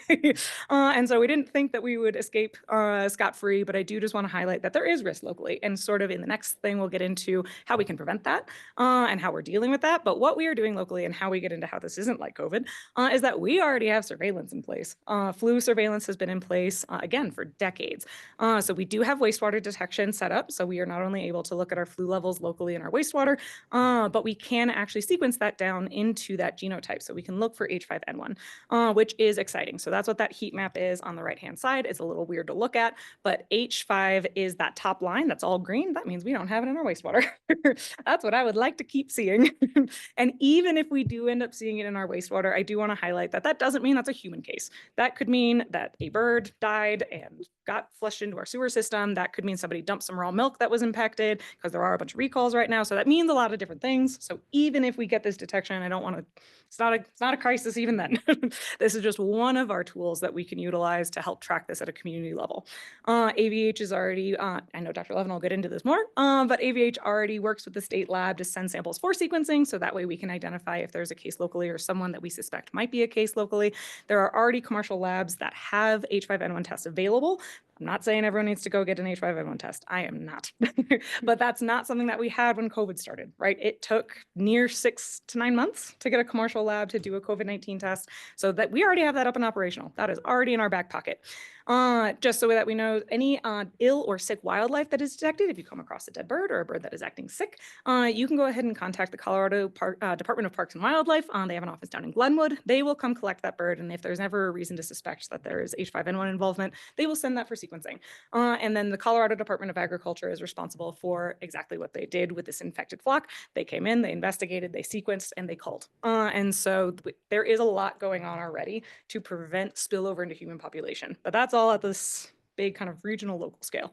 Any sort of questions on this one? No, thank you. All right, Good. next Keep one. going. We're flying through this. I'm impressed. All right. Is it the next COVID-19? We don't know. And it isn't yet. And so again, just to reiterate, this is not an immediate public health crisis. This is something that we are watching. This is something that we are keeping an eye on. H5N1 is not new. This is not some out of the blue virus. I think if we remember, I think it was 2 years ago, I showed a lovely video of a sick goose that had H5N1. So this is not a shocker. And there's a lot that we can do to prevent that from happening. So we can prevent it from moving into human populations. And that's really the focus of the response at this point. Very little of which is public health driven. A lot of this is driven by producers. A lot of this is driven by wildlife professionals. And so these are kind of big takeaways that we can do to help reduce our risk locally. So as individuals, as community, as members of this board, if you're talking to people or people are asking you, what can they do to help themselves? Again, reiterate, the risk is low. Please do not touch wildlife under any circumstance, especially not a dead or sick bird. But really, anytime, don't touch them. And so backyard flock owners should also be aware at this point of increased biosecurity measures that they can take if they have any questions. The U.S. Department of Agriculture has a fantastic website set up to help promote those biosecurity measures. And if you find a dead or ill bird, do please call Colorado Parks and Wildlife in order for them to handle it. Do not handle it yourself. Don't consume raw dairy products. We're seeing incredibly high concentrations of this virus present in raw dairy, like incredibly high. This is leading to widespread recalls, but if anyone has a herd share program, they are not required to be doing bulk tank testing. And so really, really encouraging people that right now in our current environment, raw milk is a bad idea. If they want to have a conversation around outside of H5N1, I would love that. Send them my way. But especially right now, not the space. Everyone should be checking if everyone has pets. There are increased cases in domesticated pets, especially in Colorado. We just saw a bunch of domesticated cats, unfortunately, pass away who tested positive for H5N1, which has spurred recalls of raw, so think frozen refrigerated pet food, that was contaminated, right? So when these big flocks get culled, they're not suitable for human consumption, so they're not getting put on the human market, but they are getting funneled to pet markets. And this is reshifting how a lot of this pet food is being produced. So dry food, pet is functionally pasteurized, baked, that is totally fine. But if anyone has raw or frozen pet food, that has been identified as a risk and that there are a bunch of recalls going. So go ahead and check those serial numbers. Be mindful of outdoor pets off leash. Outdoor cats have been found to bring this virus into the home with the birds that they might hunt. And so not only is it detrimental to our wildlife populations and especially our songbirds, but it is dangerous for your pet and potentially a space where that virus could be brought and exposed to yourself. Dogs are the same thing. I know my dogs are gross. They love a dead thing. And so just watch your dogs if they are outside, if they are off leash. Just really be mindful that they are not getting into areas where geese are congregating and defecating. All those little goose poops could potentially be a source of contamination. And then finally, with bird feeders, it is the USDA is saying that it is fine to have them, but if you choose to have them, please make sure that you are handling them with proper PEE. So think about PPE, excuse me. So think about mask wearing, think about face shields, eye protection, gloves. And so if none of that sounds fun, if you don't want to wear that, don't feed the birds. And so those are our two sort of spaces where we're looking at mitigating all these different risk spaces. So whether that be raw milk, whether that be in wildlife populations, as well as being mindful of sort of contaminated poultry and where that could be entering our lives in the form of our pets. I can't read this list and not think about RFK Jr. You know, he can drink as much raw milk as he sees fit. And he's got a pet raven too. Corvids, weirdly enough, have not been shown to be super susceptible to H5N1. So he's ahead of us there. It's interesting. It's interesting. No one knows quite why, but Chess. Okay, thank you. you are so welcome. I think that was it. Do we want to put out a sort of notice about like the bird feeder thing? I think Huge. we have bird feeders. Yeah, It we do. didn't occur to me that we need to put on PPE to And pets. refill them. Yeah, and Gotcha. it's an interesting one. So CDPHE, so the state health department, is hopefully working on some talking points that we are able to kind of follow through on, especially in light what spurred this is the pet food conversation more than anything, is that is new. That's a new space that we're seeing some of this transmission potentially coming into contact with humans. So we are hoping that comes out, but we recognize that obviously we're happy to kind of talk through anything with any of our media sources, answer any questions that the public has before the talking points come out. Social media page, just like Mhm. a ad. to be Yeah. able to put up on social media Mhm, or even in the paper if it's rises to that level of importance. mhm. Our goal, this was promised a little bit ago, but our goal is that the information from CDPHE that has all of us in it comes out. And then we'll make sure that that gets Yeah. pushed out and then can answer any questions. If it continues to be a very long time and if it doesn't come out, we can work to do that Mhm. locally. Right, thank you. So about the pet food, like chicken, turkey, beef. Yep. All of them, right? Yes, Every but flavor it- needs to be looked at, right? every flavor should be looked at. It Yeah. is typically in poultry. So like, and even the chicken is in most pet foods. But again, it is in, it sounds like such a weird thing to say. It is in raw, so like refrigerated and frozen, pet foods. So your typical kibble, not a That's risk. fine. Not a problem. If you are spending $50 on 2 ounces of dog food, check the label and make sure that that's clear, because unlike human health, the recall time for pet food is a lot longer, right? Like it doesn't ping to the top of everyone's kind of check. So raw, frozen, refrigerated pet food, just double check. Thank you. Yeah. And I do, and I had one other, just a sort of additional note at thinking about our risk surveillance, just because the CDC is looking at this. So this is incoming, this is new. The CDC does have it rated as low. They do not indicate that they're going to raise that at any time, but just so this group knows, if we're looking at this, what would make them raise it is indices looking at increased cases. So if we're thinking about the combination of wastewater to respiratory illness spiking in an area that we know has transmission, if we have confirmed human-to-human transmission, recombination. So if we see this virus coming into spaces and mixing with other flu viruses, which is really what we don't want to see, that would lead them to change the risk assessment. So they are watching it. They're not saying it's stagnant forever, but that they are acknowledging that these are the factors that they're looking for. And right now, we don't have any of that. So Great, thanks for that. thank you. That was great. Carly, good job. It's always fascinating and you always talk so fast, but it's all good. You have a lot to tell. You have so much to tell us. We should move on to Dr. Levin. Okay, yeah, I echo everything that Carly said, but probably not as fast. Sorry. My favorite part was the culling conversation. So Yeah. do we call birds humans? How does that work? Okay. Great word. So my officer update is going to be on H5N1. And I echo what Dr. Giesel had said initially, that, and the conversation is this, are we like in January or February, right before COVID? Is this about to explode?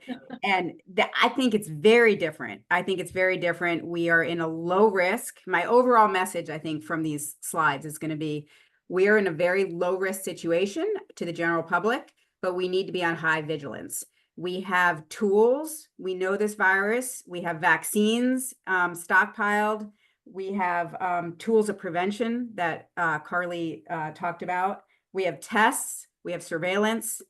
The only thing that is unknown is how this virus might mutate, and flu can mutate very quickly.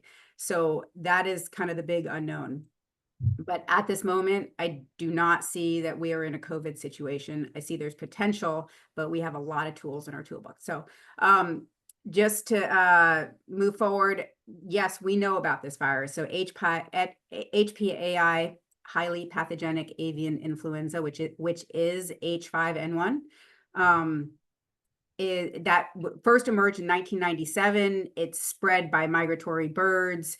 It reemerged in North America in 2021. There's been only one case prior to last March, I think, when it emerged, and that was in Colorado from a poultry worker.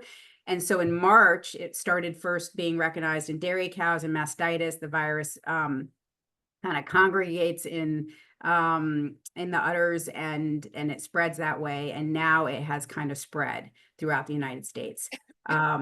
There's this difference between the genotypes. As in very early COVID, we started looking at genotypes. We're doing the same thing here. And so there's some that lead to a lot more severity than others, and some that are infecting cows versus poultry, and that's B3.13, which is the cows, and D1.1, which is the poultry. So a little bit more of a medical look if you do the next slide. So these are the symptoms that we've seen. Conjunctivitis, apparently the virus has receptors, and the way the function of the receptors of a virus are kind of how it influences the body. And so there's receptors that connect to that attach to the eye. So it is very commonly causing a conjunctivitis or a pink eye. Fever, fatigue, cough, sore throat, runny nose, body aches, myalgias, nausea, vomiting, diarrhea, and most recent cases have just caused conjunctivitis and mild respiratory symptoms. So next slide. This study just came out a couple weeks ago, so December 31st, 2024, in New England Journal of Medicine. They looked at patients that have this, and I think it was from the very end of October, maybe early November, and they wanted to see what are the symptoms, how severe is it, let's describe this illness in the cases that we have. Currently, I think a new one, Carly, you may know this, there's a new case in California. So I think the total is at 67 cases that have been identified in the United States. Because it's so kind of low severity, I'm assuming that there's a lot more than that just haven't been tested, but we have 67 documented cases. So if you do the next slide, this study looked at 46 patients at the time, 20 were exposed to poultry and 25 from dairy cows, and 1 was unknown. So most cases, 93% had this pink eye conjunctivitis, 50% almost had fever, 36% had mild respiratory symptoms. Everyone recovered at that time. Now we know we have 1 death. And 1/3 of them only had pink eye. So very mild. And maybe some people don't even know that they have it and won't even get tested. So I'm assuming, again, there's probably a lot more that have it that have not been tested. 87% of these patients that were identified were treated with Tamiflu, which is the same antiviral that we treat with all influenza A. And this is an influenza A. And most were B3.13, the milder version, and all recovered. So if you look at the next slide. Since then, we all know that there's been 2 highly severe cases in North America. One of the 13-year-old, the teenager in Canada who ended up living, and then the first death in Louisiana. So the 13-year-old in Canada, this girl has a history of mild asthma, obesity. She presented to, I think, an urgent care and ER in Vancouver with conjunctivitis and a fever, the most common ones. And she was sent home and said, just use over-the-counter medicine. And then she came back and went quickly into respiratory failure. and was put on into the ICU and intubated, and she was put on a machine called ECMO, which kind of acts as a lung, oxygenating your blood. And she was treated with these 3 different antivirals. The first one is Tamiflu, also Tamiflu. Amantadine is kind of an old flu A medicine that we don't use anymore. That's a Parkinsonian medicine. And then Paxlovid, which we don't use that much. She was treated with all 3. Again, we have tools. She recovered. And then, as Carly had mentioned, this was the D1.1 genotype, and this clade, which you might see, which is like a grouping, which is the clade that spread across the globe. But this particular one, when it was genotyped, had 3 very specific mutations that are associated with severe disease and death. So she had this. So we know it's around, but we also know in all the cases in the United States that it was not this genotype, that it was the mild one, and that's the one that's spreading.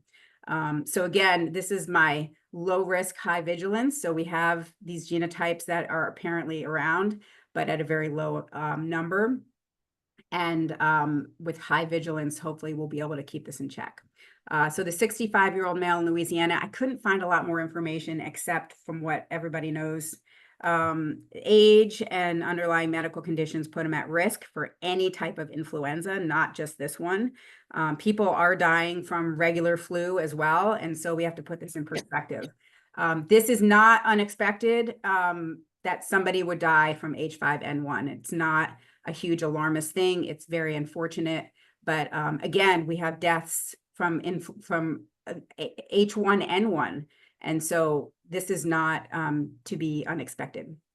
Again, this one also had the D1.1 strain. Okay, the next one. I thought this map was kind of interesting. So this is since 1997, since 2003. Let's look at this. This is a virus that we know about. The strain in Asia is different from the strains that we have in the United States. And there's been a recent study in Emerging Infectious Disease Journal, I think, that looked at these 2 strains. Basically, what this map is saying that since 2003, there's been maybe almost 1,000 cases that are known and tested positive. And look at the number of deaths. So this virus, when you think about it globally and what happened in Asia and Africa, it caused almost a 50% death rate. Okay, this is a different strain than we have here. But is there potential for what we have here to morph? And again, that's the high vigilance, low risk. But I just think it's interesting to look at this. And really what it is the influenza virus has these little receptors like coronavirus does. And it's how well can they attach to human lung epithelium, the surface of the lung, the surface of the eye, how well can they get into our body, and how severe and quickly do they replicate? And so again, there's been a study looking at the differences, and there's very stark differences between the 2. But we just have to keep this in the back of our mind. So obviously 50% death rate is incredibly high for any virus, but it's not here. And this has been over, since 1997, basically. I can't see everyone if there's hands or anything, so just please interrupt me, or I don't know if there's any questions at this point. Do you have any more information on the various countries in this map? Is that Egypt that had 359 cases? That was a very Egypt, severe outbreak. Indonesia, is that, I'd have to look it up. I think it Thailand, might maybe? be, it's Vietnam, because the Vietnam variant. has routine infections. Chicken But the eaters. Egypt case was migratory geese infected patties. And so everyone who ate out of those patties. So that was, but that was a bad one. That was not good. And the variant is actually called the Vietnam variant. So I'm assuming that's Vietnam. Yeah, and that is responsible for a vast majority of Southeast Asia spaces and infections. And so in Southeast Asia, Cambodia in particular has a really high rate of human cases right now from what's circulating. They have over 50 human cases in the last 2 years, since this has been circulating. And again, that likely has to do with food production, that likely has to do with food insecurity, how food is processed. And so, sorry, not to commandeer your wonderful world. No, please. I love it. Yeah. Great. Thanks for that. Interesting. Okay. Yeah. Next slide. So just looking forward, you know, again, we have tools. It's going to be really important collaboration among investigators, human veterinary medicine. This is different from COVID because we do not have human to human transmission at this point. And so this is something that can be contained in surveillance of animals and everything that's being done. And I think there's been comments on the initial government response was not really that quick. And so how did it lead to where we are now? But we have tools to contain it in animals. Public health leadership, which is what we're doing. Healthcare providers, occupational authorities, this collaboration will be important as we learned from COVID-19, big lesson from that. And vigilant surveillance. So emerging mutations, assessment of the threat, testing, and all of this will be really important. Pursuit of medical countermeasures. So we have them. We have a vaccine. There's currently, I guess that didn't come through, or I didn't have. Anyway, I think it's 100, Carly, you may know, there may be like 152 million doses that are stockpiled, and that was from a measure put in 2004 to 8 in responding to that previous H5N1. And so we have them stockpiled. There was a recent study as well, I think it was in Nature in 2024, that looked at how well does a 20-year-old vaccine act today? Does it have good safety and immunogenicity? Does it cause a response that you need to cause? Or are these basically are they not working anymore? And it showed that it did have great safety and immunogenicity. So those stockpiled vaccines, if needed, are there for us. So again, very different from COVID. And Penn Medicine, I guess the rest of this didn't come in. So Penn Medicine is developing a messenger RNA kind of all-encompassing influenza vaccine. And this has a lot of promise, and hopefully this will, as we learn from COVID again, the messenger RNA vaccines are highly versatile. They can be changed and they can address current subtypes, and there's a lot of benefits to them. So they're looking at trying to have an all-inclusive influenza vaccine, and it's in clinical trials. And this may be very, very promising in terms of any subtype of influenza. I think that's hopefully where everything's going in terms of vaccine work. We have antivirals, and they do show susceptibility. So we have treatment, again, different from COVID. And then here's this ongoing work developing a messenger RNA and mRNA vaccine. We have means of prevention in terms of a lot of what Carly talked about, educating, testing, AVH in Colorado. Any lab that is testing can try to subtype, and at Aspen Valley Hospital, we can subtype influenza into H3 or H1.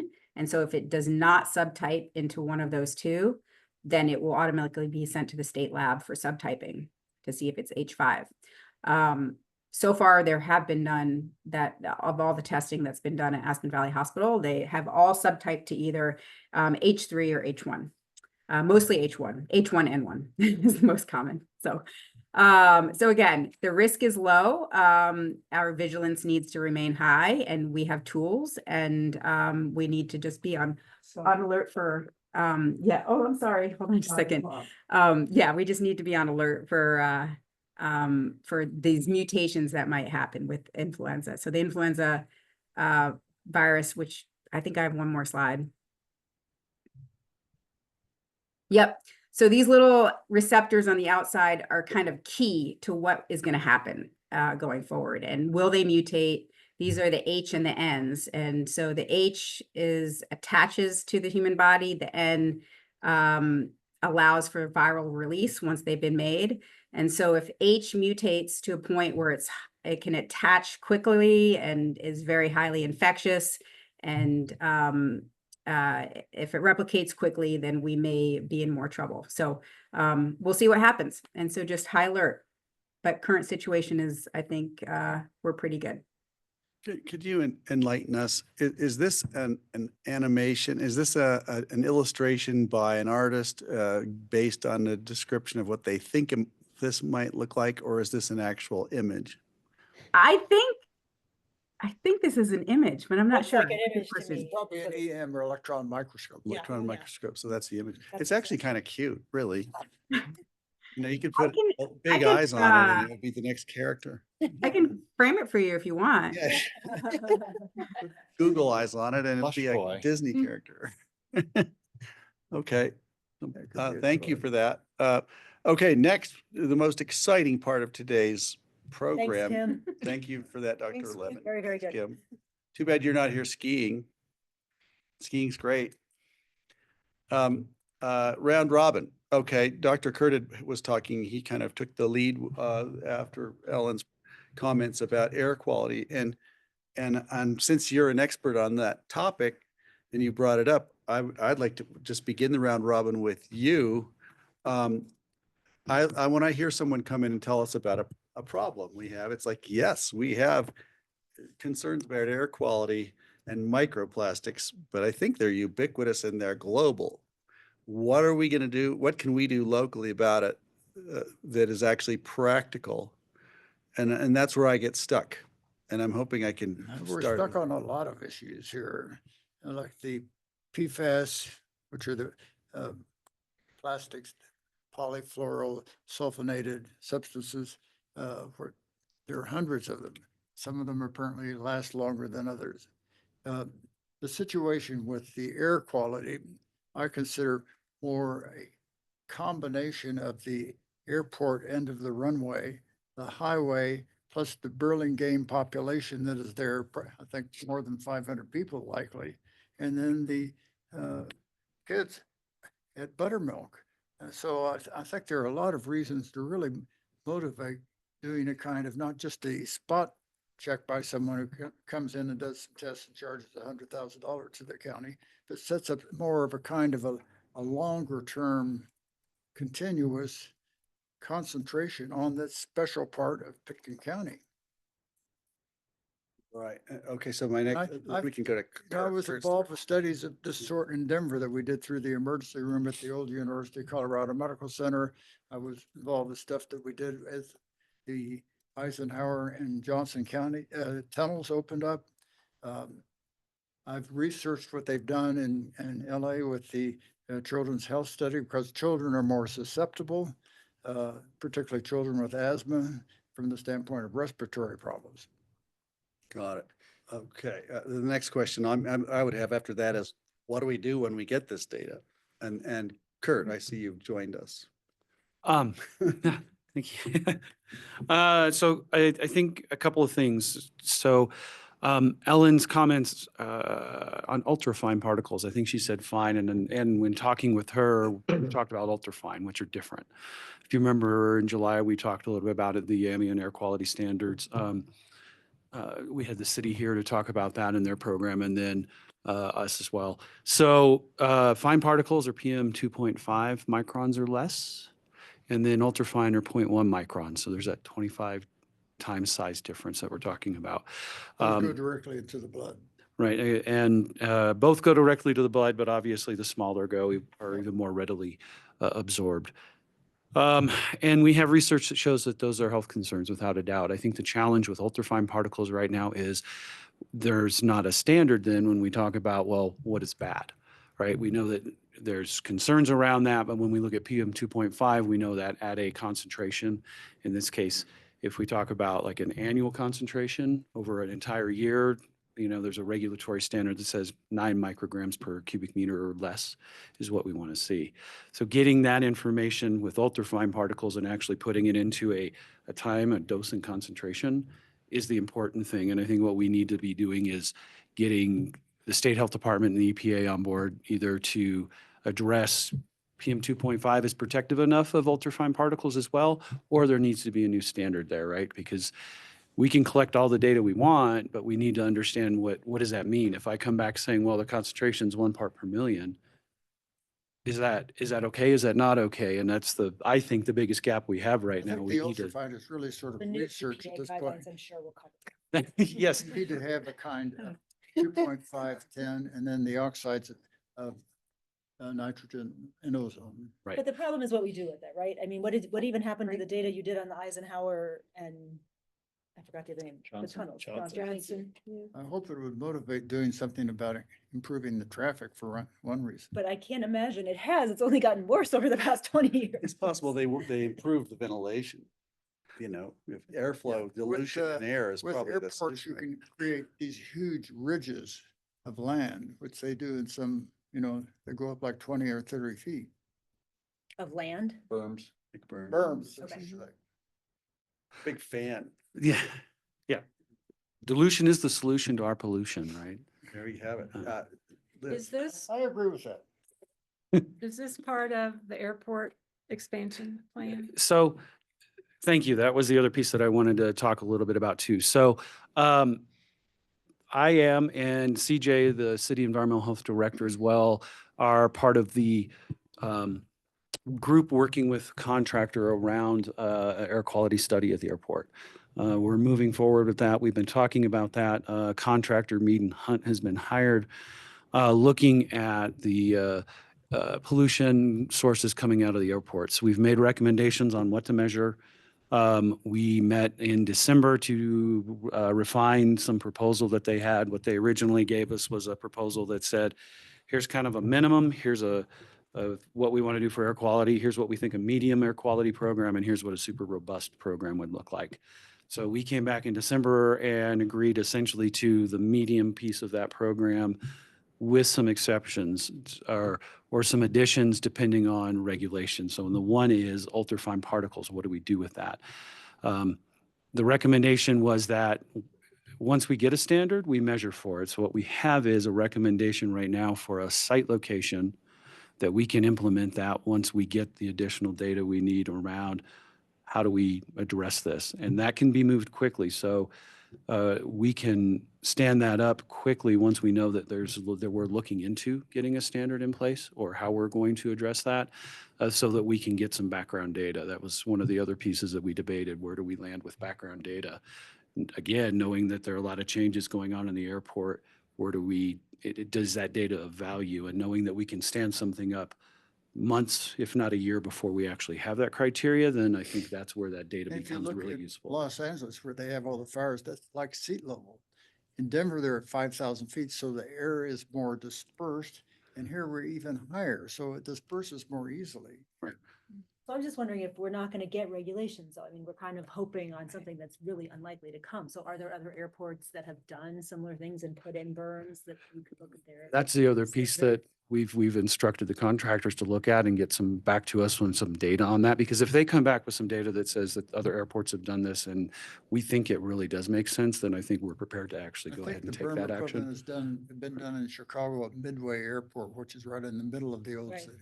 And I know Orange County may be the other one. They've done a lot of air quality around the John Wayne Airport in Orange County. So I think there may be some opportunities to look at that data. We just didn't have it in front of us in December, so they're going to look at that. Is it just maybe instead of waiting for something again from the federal government that's unlikely to come, like finding other standards? Well, and part of the reason I said CDPHE is because I know, again, to me, if they have the ability, they just adopted 5 new regulations for the Front Range area outside of the federal government around pollutants. So maybe they can take action, because you're right. I mean, I hate to sit here and say the EPA because politically that may not happen for the next few years, right? But there may be other opportunities too. But I think it needs to come from a higher level with more experts. Yeah, yeah. So you can implement mitigation efforts without that federal standard.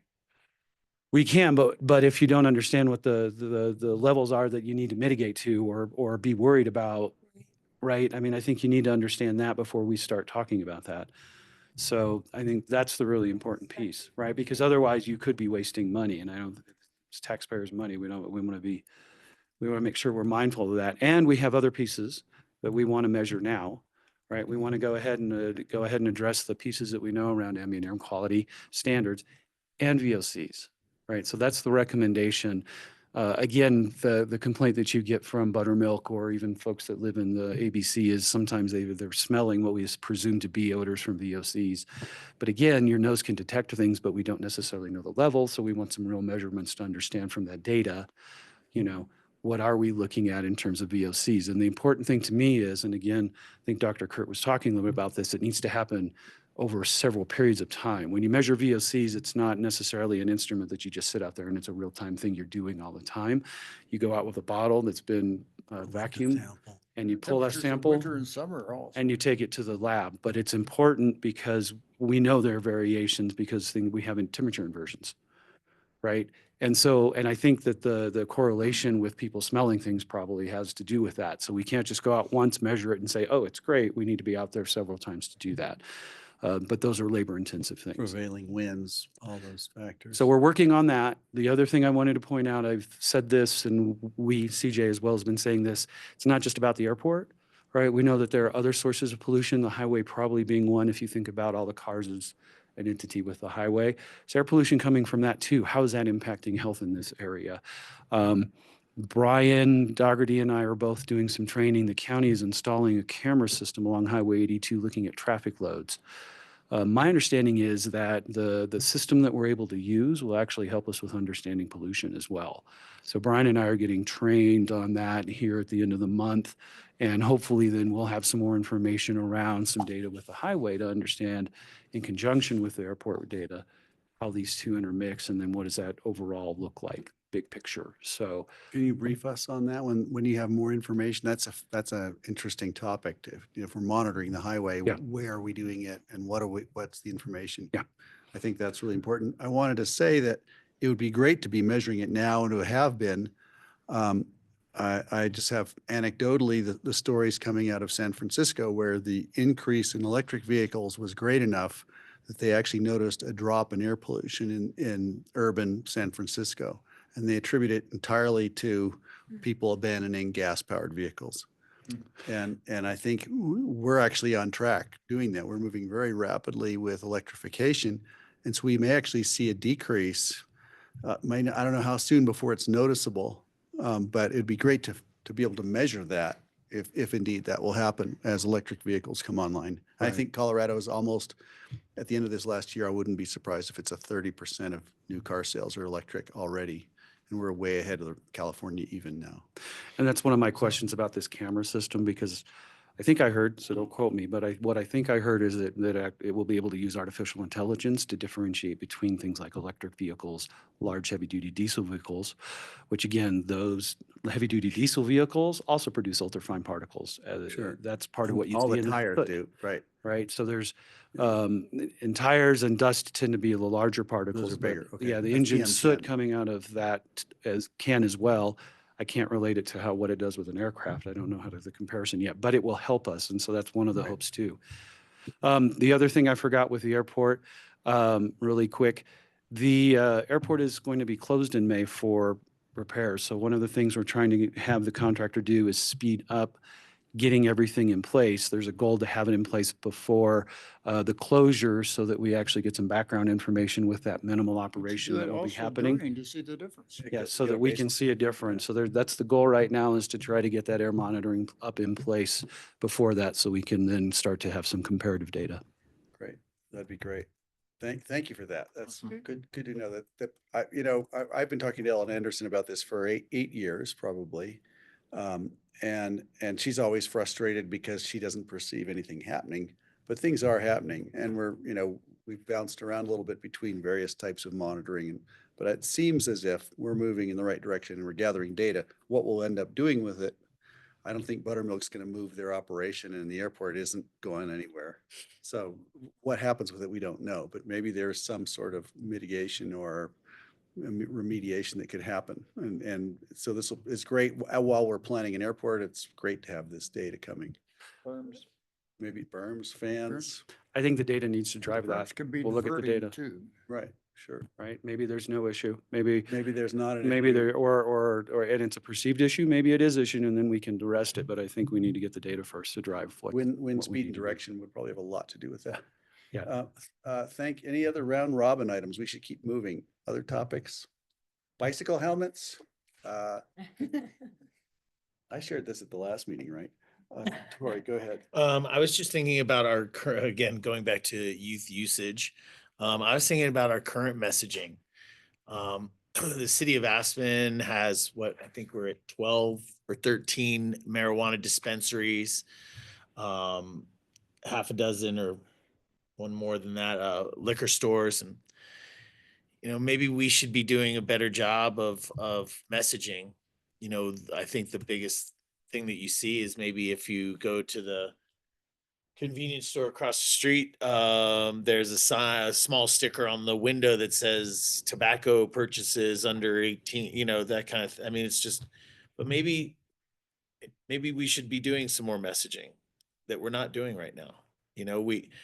I think we've kind of accepted the pot dispensaries in town.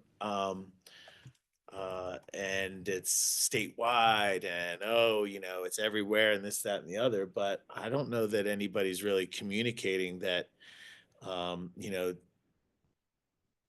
it's a health choice, And so just for round robin, I was like, hey, we have tobacco tax monies at the city as well that probably could. So I don't know. I guess I'm looking around to you guys saying, hey, I mean, is this something that we should maybe be on more than we are? Like, We'll spend some money on messaging as part of the licensing of the, kind of, I like that idea. to take this one step further, we've had just brief and intermittent conversations around limiting the number of marijuana shops and stuff. We've really, I think for a couple of years, I think we were like, well, it's a wait and see kind of thing. Well, let's see what's up, see what's happening. But I think I've seen what's happening. I think we all have. And there's definitely a newer and current conversation around the health impacts of the choices that you make, and people are kind of listening. So anyway, I just throw that out. Pitkin County Public Health could easily say to the city, hey, we have a health concern and it's right here. And so I don't know, I just want to bring that up. Well, and Tori, and if there's an interest, there is data, especially in the tobacco world, around limiting licenses. And so when Pitkin County does limit the number of licenses for who can sell tobacco in the county portion, I don't know if Aspen has that in their regulations and their policy, but that, if you're that would be something to look at in addition to if you were looking to limit the number of marijuana licenses that the city wanted to give out. We would definitely be able to help in support of why that would be helpful and Yeah. beneficial to health. Right, I'd support that. Thank you. Yeah, I don't know a whole bunch about it. I don't know a whole bunch about it, but I'm throwing it out there. I mean, I see what's going on, and my personal take on this is drugs aren't for everybody. There's some people that can smoke marijuana and they can be fine in their own realm or whatever, but there's some people that it doesn't affect them the same, and it's not okay. And it's the same thing with alcohol. It's like, there's some people that can have a drink a day and that's fine. There's other people that, it doesn't work well for you. And I think getting that kind of messaging around anything and everything is maybe something that we might want to do. You're correct. All right, Because so some John- people are addicted. Right, 16% of the population reportedly combine the alcohol and the drugs are addicted. Right. And it's encouraging that addiction. Thank you for that. John? Well, and as time goes on and more states around us legalize marijuana, we're seeing, like just locally, less weed is sold year to year. And I think there is going to be some attrition in shops, but yeah, I would definitely like to talk about limiting liquor stores and Well, we're and gonna have all the marijuana psilocybin dispensaries. stuff too. That we're actually talking about that already. Yeah, so psychedelic organic psychedelics. What do you call them? I don't even know. What do you call mushrooms? Magic mushrooms, things like that are psilocybin. Is that the only thing though? Is psilocybin the broad category or is that? They're just talking one? about MDMA also, Psilocybin medioxymethamphetamine. describes mushrooms, MDMA is. Shrooms. Right. I just wanted to bring up something John had brought up last year was just regarding, I just mentioned the cleaning up the air in San Francisco just by moving to electric vehicles has made a measurable impact. And it's the first time I've ever seen that. And it occurs to me, we could try to do that here. And of course, I think about all the hotels mostly are in the city, but the hotels and restaurants that are burning methane or propane or running gas vehicles for hotel shuttles is something that could be a public health issue. It'd be healthier if they weren't polluting. Oh, I Or totally idling. agree. Dump trucks though, I mean, literally. Well, yeah, and those are dump trucks electrifying as well. come in Yeah, here every single day. Sure. Shocking. yeah. How we can, I don't know if we're ready to go to electric dump trucks, but it's coming. No, they are coming. No, I know they're coming. Yeah. So I'm ready. for it. anyway, I just think it'd be great to keep that in mind. It is a health issue when it becomes an air pollution. We're talking about reducing pollutants on the highway. I'd say cars are a major contributor that we can do something about.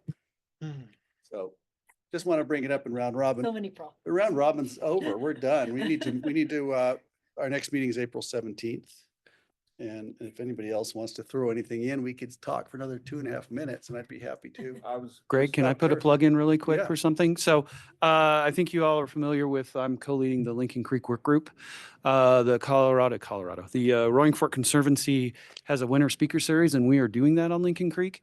Last Tuesday was the 101, kind of Lincoln Creek and what is it in water quality sampling. Next Thursday, a week from today at 5 o'clock at the Basalt Library, the CU Boulder InStar program, which is the Institute for Arctic and Alpine Research, is presenting on their work that they did in conjunction with us with Lincoln Creek. It's on rare earth metals. So 30% of your phone contains rare earth metals. It's something that they've been looking at as a program and they're comparing it to, or one of the asks for us is to think about comparing it to the other areas that they have, like the Snake River. They've been monitoring the Snake River in Summit County for several years on seeing the increases in rare earth metals there. So that was part of their work here. So that will be next Thursday. And then in May, I can come back at a different point. We'll actually talk about the data that we're in the process of Where are getting those together. advertised? Where can we see a note? Is that? Roaring Fork Conservancy website. They're doing it, And okay. yeah, Linked in the public health updates for this Yes. month. Great, thank you. And Tori. I just wanted to say that our next meeting being scheduled on April 17th means that there is a possibility that I will not be here for that meeting. My term as mayor ends early April. I am running for a council seat, so perhaps, I may still be back there, but at this time, I'd like to say it has been a pleasure. We're serving on the Public Board of Health, and it's been a pleasure working with all of you guys. Jordana did her interview with me, a couple of weeks ago, as she kind of got with all of you. And all I could say to her was, I think you're doing a great job. I don't have a whole bunch to add because every time I want to add something, you're already doing it. Anyway, just nothing but utmost respect for everybody that's been serving on this board. So thank you so much. Thank you, Tori. I want to thank Tori for serving as long as he has on this board. I don't know how many years you've been. It's been 6. Excellent. This was when I got elected. This was one of 2 boards that I was like, I want on public health. Right. Because this is so the cool board. important. It's the cool board. Yeah. Well, thank you. Thank you for your service all those years. Thank you. Appreciate it. Thanks, Tori. Great. All right. I need a motion, don't I? I'll So- second. Second from Susan. All in favor? Bye. Aye. Thank you all. We'll see you in April. Thank you. That was fun. As you probably know, I'm